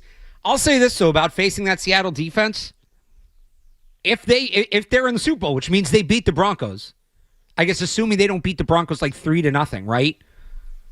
Chargers, Texans, Broncos, hell of a list of defenses you've beaten. And at that point, it almost becomes, what's one more? But I think the Rams are the easier matchup. Relatively speaking, they're going to be the underdog either way. See, I'd rather play Seattle because I just don't believe in Sam Darnold, and I think the way they've won these first two playoff games, Barth, is because Drake May is just better than the other quarterback and made a few more plays. Both defenses played well. Both quarterbacks struggled with turnovers. I'm talking about last week, and I mean you can go back to the Chargers game too, but Drake May is just better than Justin Herbert. He's better than C.J. Stroud, and he made a few more plays than them. I think a Super Bowl against the Seahawks, I think both defenses would play well. They both have good special teams units. Both have good return units. Both have good secondaries. Seattle will probably be the best secondary they've faced all year. I think they're relatively even. Seattle's deeper. The big mismatch is at quarterback. And that's why if it's the Rams, I'd be a little nervous about Sean McVay, really wanting to get that second championship. Matthew Stafford wanting to cap his career. Like, I'd be worried about that sort of intangible thing. And I just feel like it's just more experience. It's two guys that have done it. Yeah, and I just feel like Sam Darnold and Mike McDonald, they've had a great year. I'm just not sure how ready for that stage they are. And that's not to say that Drake May and Mike Vrabel are definitely ready for that stage, but that would be relatively even. That would sort of cancel out, basically. And it would be to your point. Can you win it all with the coach and quarterback, or do you need the complete team? You'd be another one of those kind of matchups. Let's go to Mike in the car. Another call on the altitude. Mike, what do you got? Hey, guys. Thanks for taking my call.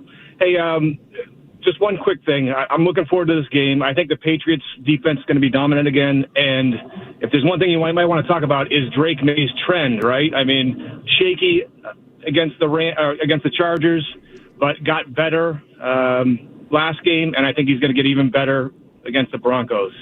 And then for Patriots fans who might be worried about the weather, one thing to realize is it's a really cold day in Denver. And that means it's all about density altitude. Density altitude is how much oxygen's in the air, and it's actually only 3,000 feet today. So their little mile-high benefit is not such a big benefit. So thanks for taking my call, and look forward to it. Thanks for the call, Mike. The cold does offset it a little bit. I don't know how much, but I'll take your word for it on the science part. And then what was the first part? Oh, Drake May. Can Drake May have 3 bad games in a row, do you think? Well, I mean, can he have 3 games in a row where he turns it over 5 times or puts the ball on the ground 5 times? I thought it was surprising enough that he did it 2 games. Right. He's done such a good job at correcting things. I think he deserves the benefit of the doubt. Absolutely. Yeah, I think he deserves the benefit of the doubt. And yeah, if he turns the ball over, I'm not sure that the oxygen level in the air is going to be a factor in that, to the caller's point. Jonathan in San Francisco has a thought on Jared Stidham. Jonathan. Hey, I love how you guys so afraid of losing to him that you guys talk shit about him all the time. He's All gonna beat right, you guys. can't do that.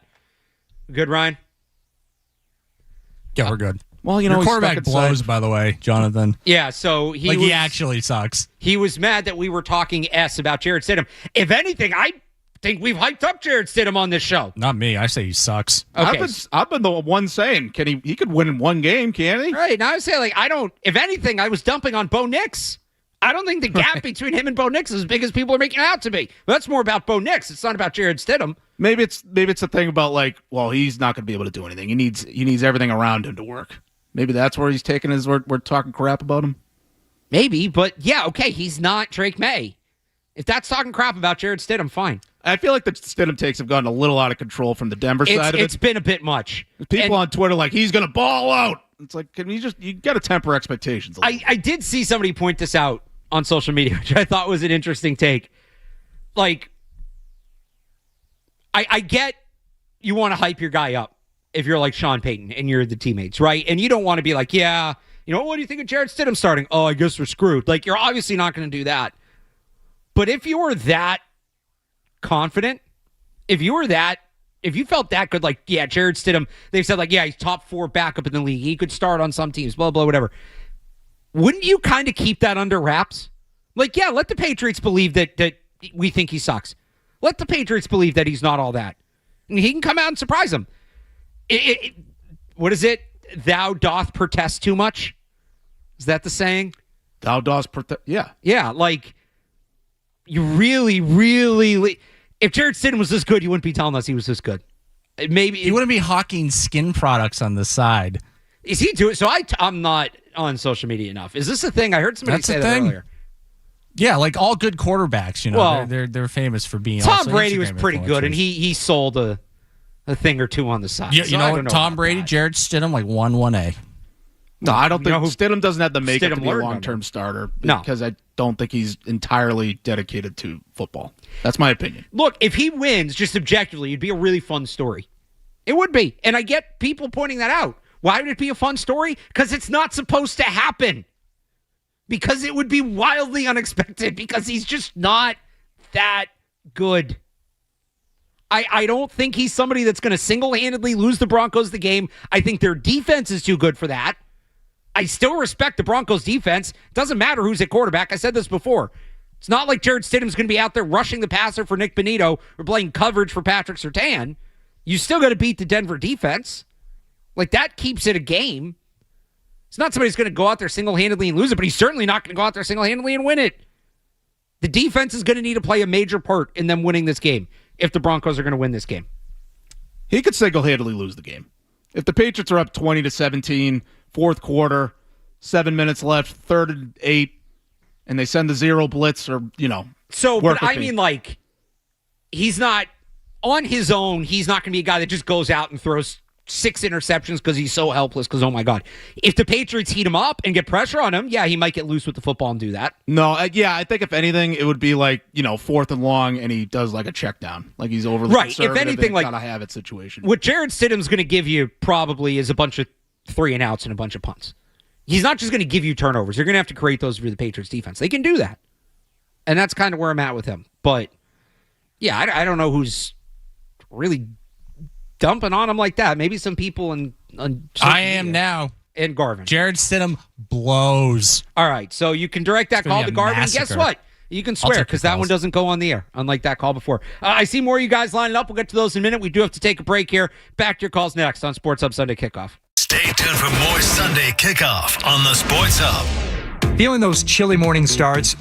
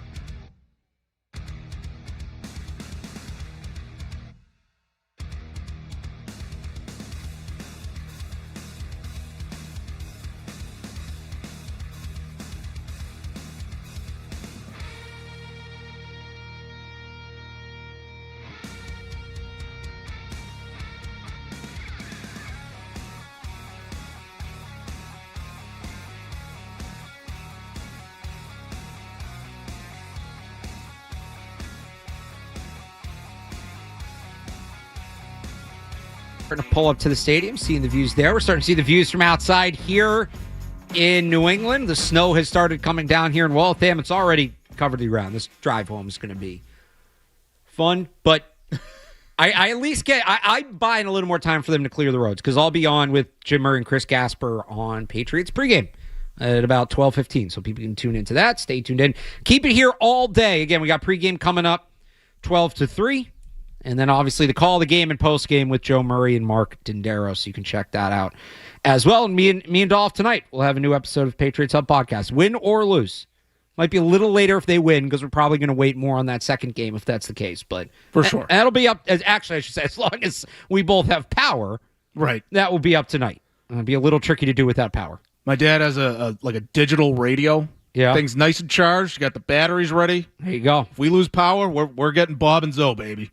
There you go. Got to do it. Let's go to some calls here. Kevin in the truck on the game today. Kevin. Yeah, how you guys doing? Thanks for taking my call. My question is regarding the screenplay, because I feel like I've been waiting all year for that to happen, because it seems like the team is built for it, especially with Travion Henderson, who's very quick out of the backfield. I feel like we didn't see it until last week, which I thought was very strange, because that's a Texans defense that's built to stop the screenplay. So obviously it didn't work well. Just curious you guys' thoughts on it. Thanks for the call, Kevin. We talked about this a little bit earlier. The reason I think they did it more last week was trying to offset. It was more about, you got to show it. Even if you don't expect it to hit well, you've got to show it, because it offsets the timing of the pass rush. You put that in the back of those pass rushers' heads, they slow down a little bit. I would think we'll see some of the same this week. I am surprised we've seen less of the screen. The thing is, with screens, and I've talked about this a lot with David Andrews on our podcast, it's such a chemistry play that when you have a lot of young players and you have a lot of new pieces, it's hard to get down, and they may just not be there yet on some of these screens, because it really hasn't been as effective of a play for them as we might have expected. Yeah, I think the NFL offenses that execute screens at a high level have top to bottom talent and really good coach. Like you're great from top to bottom on offense. Like, yeah, the Patriots, I just don't think are equipped. Like, I don't think they're particularly happy with any kind of play that involves having to block in space. Like, they just haven't done it.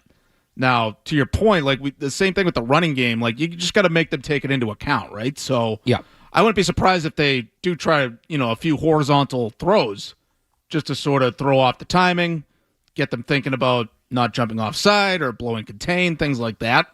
So I would expect them to maybe sprinkle in something like that, but I just don't think they have the personnel to really be effective at it, so I don't expect it to make a huge impact on the game. I think the impact, just like the draws, we saw them go back to draws last week, which they hadn't done a ton. It's more about throwing off the timing of the defense more than anything else. And it can have an impact even without significant yardage in that sense. But you don't want to overdo it, too, because it's kind of a burned play. Let's go to Lou on Mike Vrabel. Lou. Yeah, how you doing, guys? A couple of things. First thing is, I'm not worried about the altitude thing. Vrabel has probably played or coached in Denver a number of times, and he's probably familiar with how to deal with the conditions up there. So, and I'm also not even a Patriots fan, really, and I think that the Patriots are going to win this game, mainly because when Bo Nix was in there, I sort of had it even up, and maybe gave Denver like 2 points, a 2-point spread. But now that Stidham is in there, and Stidham basically essentially is coming in there to audition to be a full-time quarterback somewhere, and I think that, but I don't think he's going to be able to beat the Patriots. I'm going to stick with the 4 or 5 point spread they've got now, because I think Patriots are going to win. I think the Patriots are just a much more balanced team. They do have the better quarterback, and the main thing that they have to do is Drake May can't make any mistakes. No mistakes, no fumbles, no stupid throws. If he stays pretty much mistake-free, they're going to win. It's going to be in a pretty close game. And what do you think about the point spread? I think it would probably be something like 24, maybe 24-20, or 25 to 28 to 20, or something like that. Thanks for the call. I could see it. I think it's going to be a little lower scoring than that. To this point, Vrabel as a head coach has coached in Denver twice, and he's 1-1. He won the Monday night opener. It was the season opener. It was the first Monday night game of the year in 2020. Won 16-14. Went back the next year in week 6. The year before, in 2019, he lost 16-0. Went back the next year and won 16-14 in the Monday night opener. So 2 games, 1-1, both kind of low scoring. As for, the spread, I think he's right. The Broncos, the look-ahead line, had him at 3-point favorites before we knew who. I think they were 3-point favorites over the Patriots or the Texans. And then they opened up. I've seen it anywhere from 4 to 5.5. The thing we use to do our picks, Ryan printed out this morning, has them at 4.5. Probably about right, because it's still mostly about the defense with Denver, to me. It's still about the defense and the Patriots cracking that defense. They're going to have to score 8 points to win the game. Probably 3, because I don't think they're going to win on a safety. I don't know. I'd take a 2-0 game today. That could be an interesting watch. Can the Broncos win if the Patriots don't turn the ball over, Dolph? Like literally 0 turnovers. Can the Broncos win? That's what I'm wondering about. Like, can they win with Drake May protecting the ball? Like, I think if Drake May protects the ball, like, I think he's a lock to make more plays. Yeah. Than Jarrett Stidham. Like, I think even if he struggles in between, if the Broncos get some stops, even if they get a couple turnovers, he's still going to make plays. So if Drake May can make plays and protect the ball, which he did throughout that winning streak when they were borderline unstoppable, then you're probably looking at a game like the Patriots had earlier in the season. Like when they played Tennessee, Cleveland. Not saying the Broncos are as bad as those teams, but just a similar type of game where the Patriots sort of pull away as the game goes along because Drake May is playing quarterback at such a high level. I just think it's going to take so much for him to play, perfect football in that environment. Yeah. All things considered. So I don't see him playing a perfect game. The Broncos probably have to get a turnover and give Jarrett Stidham a short field if they want to win this game. Or a defensive touchdown. Like, that would essentially be a defensive touchdown. Yeah, something where the defensive sets up or outright creates points. Yeah, I think they're going to have something like that. And that can obviously swing a game. So, but I think the Broncos need it, considering the situation. Yeah. I know it's no duh, right? Don't turn the ball over. You're going to be better off. That's football 101. But just in this game, when you look at this is about managing the game for the Patriots. So, the caller said like 48. The total we have here is 43. I think this is going to be a pretty low scoring game because I think the Patriots know that. The longer this game goes, the more chances the Broncos are going to hang around in it. And it's get up, run the clock. It's get in, get out, just like with the altitude, like with all of it. Get in, get out, take care of business. There's no style points in this one. And just because they have, lesser than a quarterback on the other side doesn't mean you need to try to do more. I think it's get in, get out, and if you have to win ugly, and I think they'll be okay with that. Yeah, I'm expecting a slow start. I could see like a scoreless first quarter, something like that. Yeah, I think both offenses are going to have sort of a feeling out period. Yeah. I'm fascinated to see how those opening drives go for each team, each offensive coordinator. But realistically, I think it's going to be low scoring early. The hype's going to wear off. Now, that could be advantage Broncos if that happens. The Broncos would probably take a scoreless game, at the end of the first quarter. That probably means things are going pretty well for them on defense. And, if you're the Broncos, you'll certainly take the Patriots not scoring. But, yeah, I foresee a low-scoring game and a slow start. Let's grab one more call before we hit the break. This is locked up on me, Ryan. You might need to punch him up. John in the car. John. Hey, how's it going, guys? So my one concern for today is I feel that this is the first game of the season that the Patriots have to win. We've been playing with house money all year, and in the AFC Championship game, because we're facing Jarrett Stidham, all of the pressure is on us. I'm a little bit concerned Drake May's not playing his best ball. Nick Bonito on the edge, Will Campbell struggling. I just get concerned with the whole pressure thing. I have no doubts Vrabel will get him ready, but there's 52 guys, and once push comes to shove, I'm a little bit concerned. Thanks for the call, John. It's Vrabel. I mean, he said it there. They'll get him ready. It's the road thing is different, but the moment wasn't too big for them last week. It wasn't too big for them against the Chargers. I don't think May struggled because the moment was too big.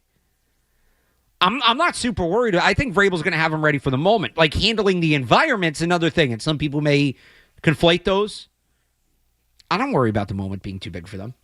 Certainly not any more than it's going to be too big for like Jared Stidham. The Broncos are a relatively young team too.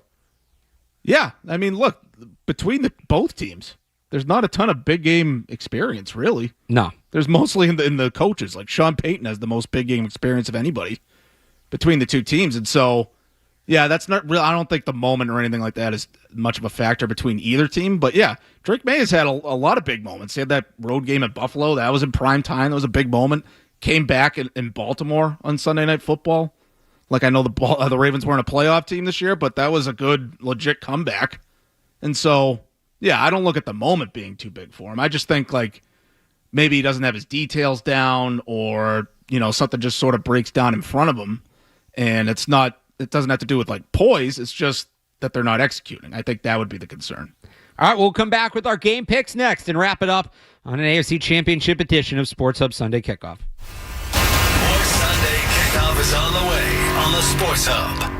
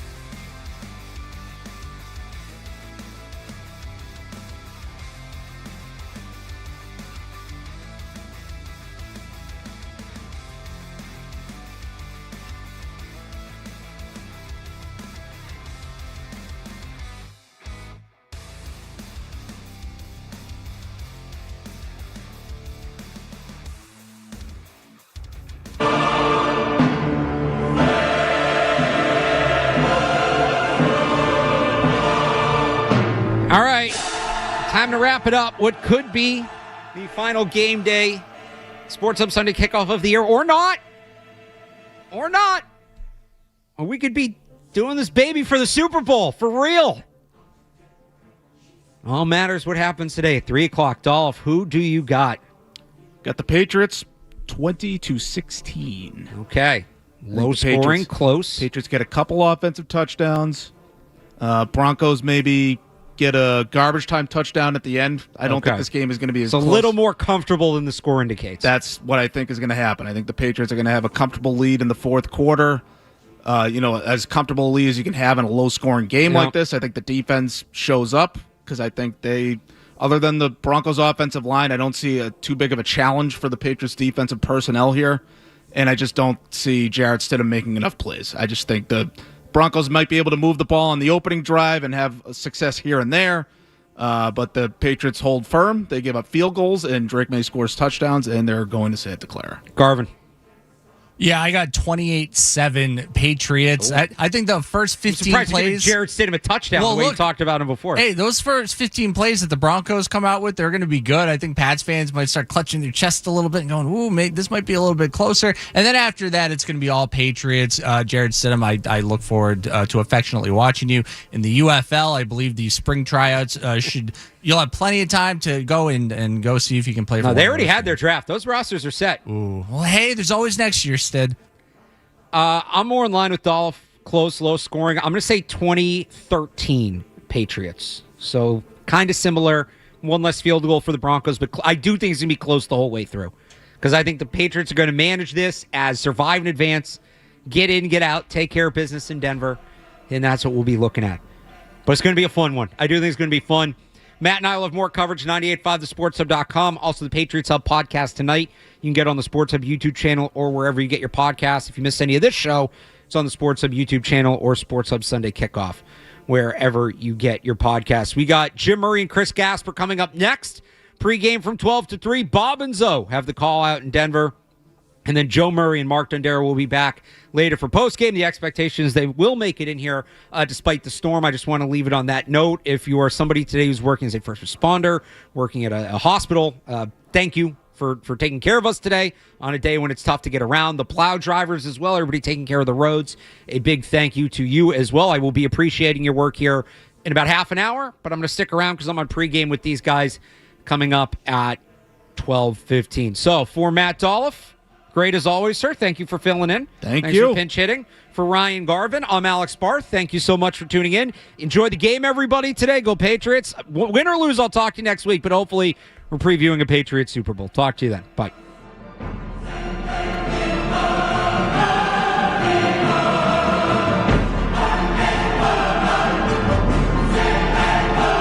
From the Tufter Type Studios, WBC FM and HD1. It's not just the games. It's Toucher and Hardy, Zolak and Bertrand, Felger and Maz, Joe Murray. For Boston sports fans, it's 98.5 The Sports Hub.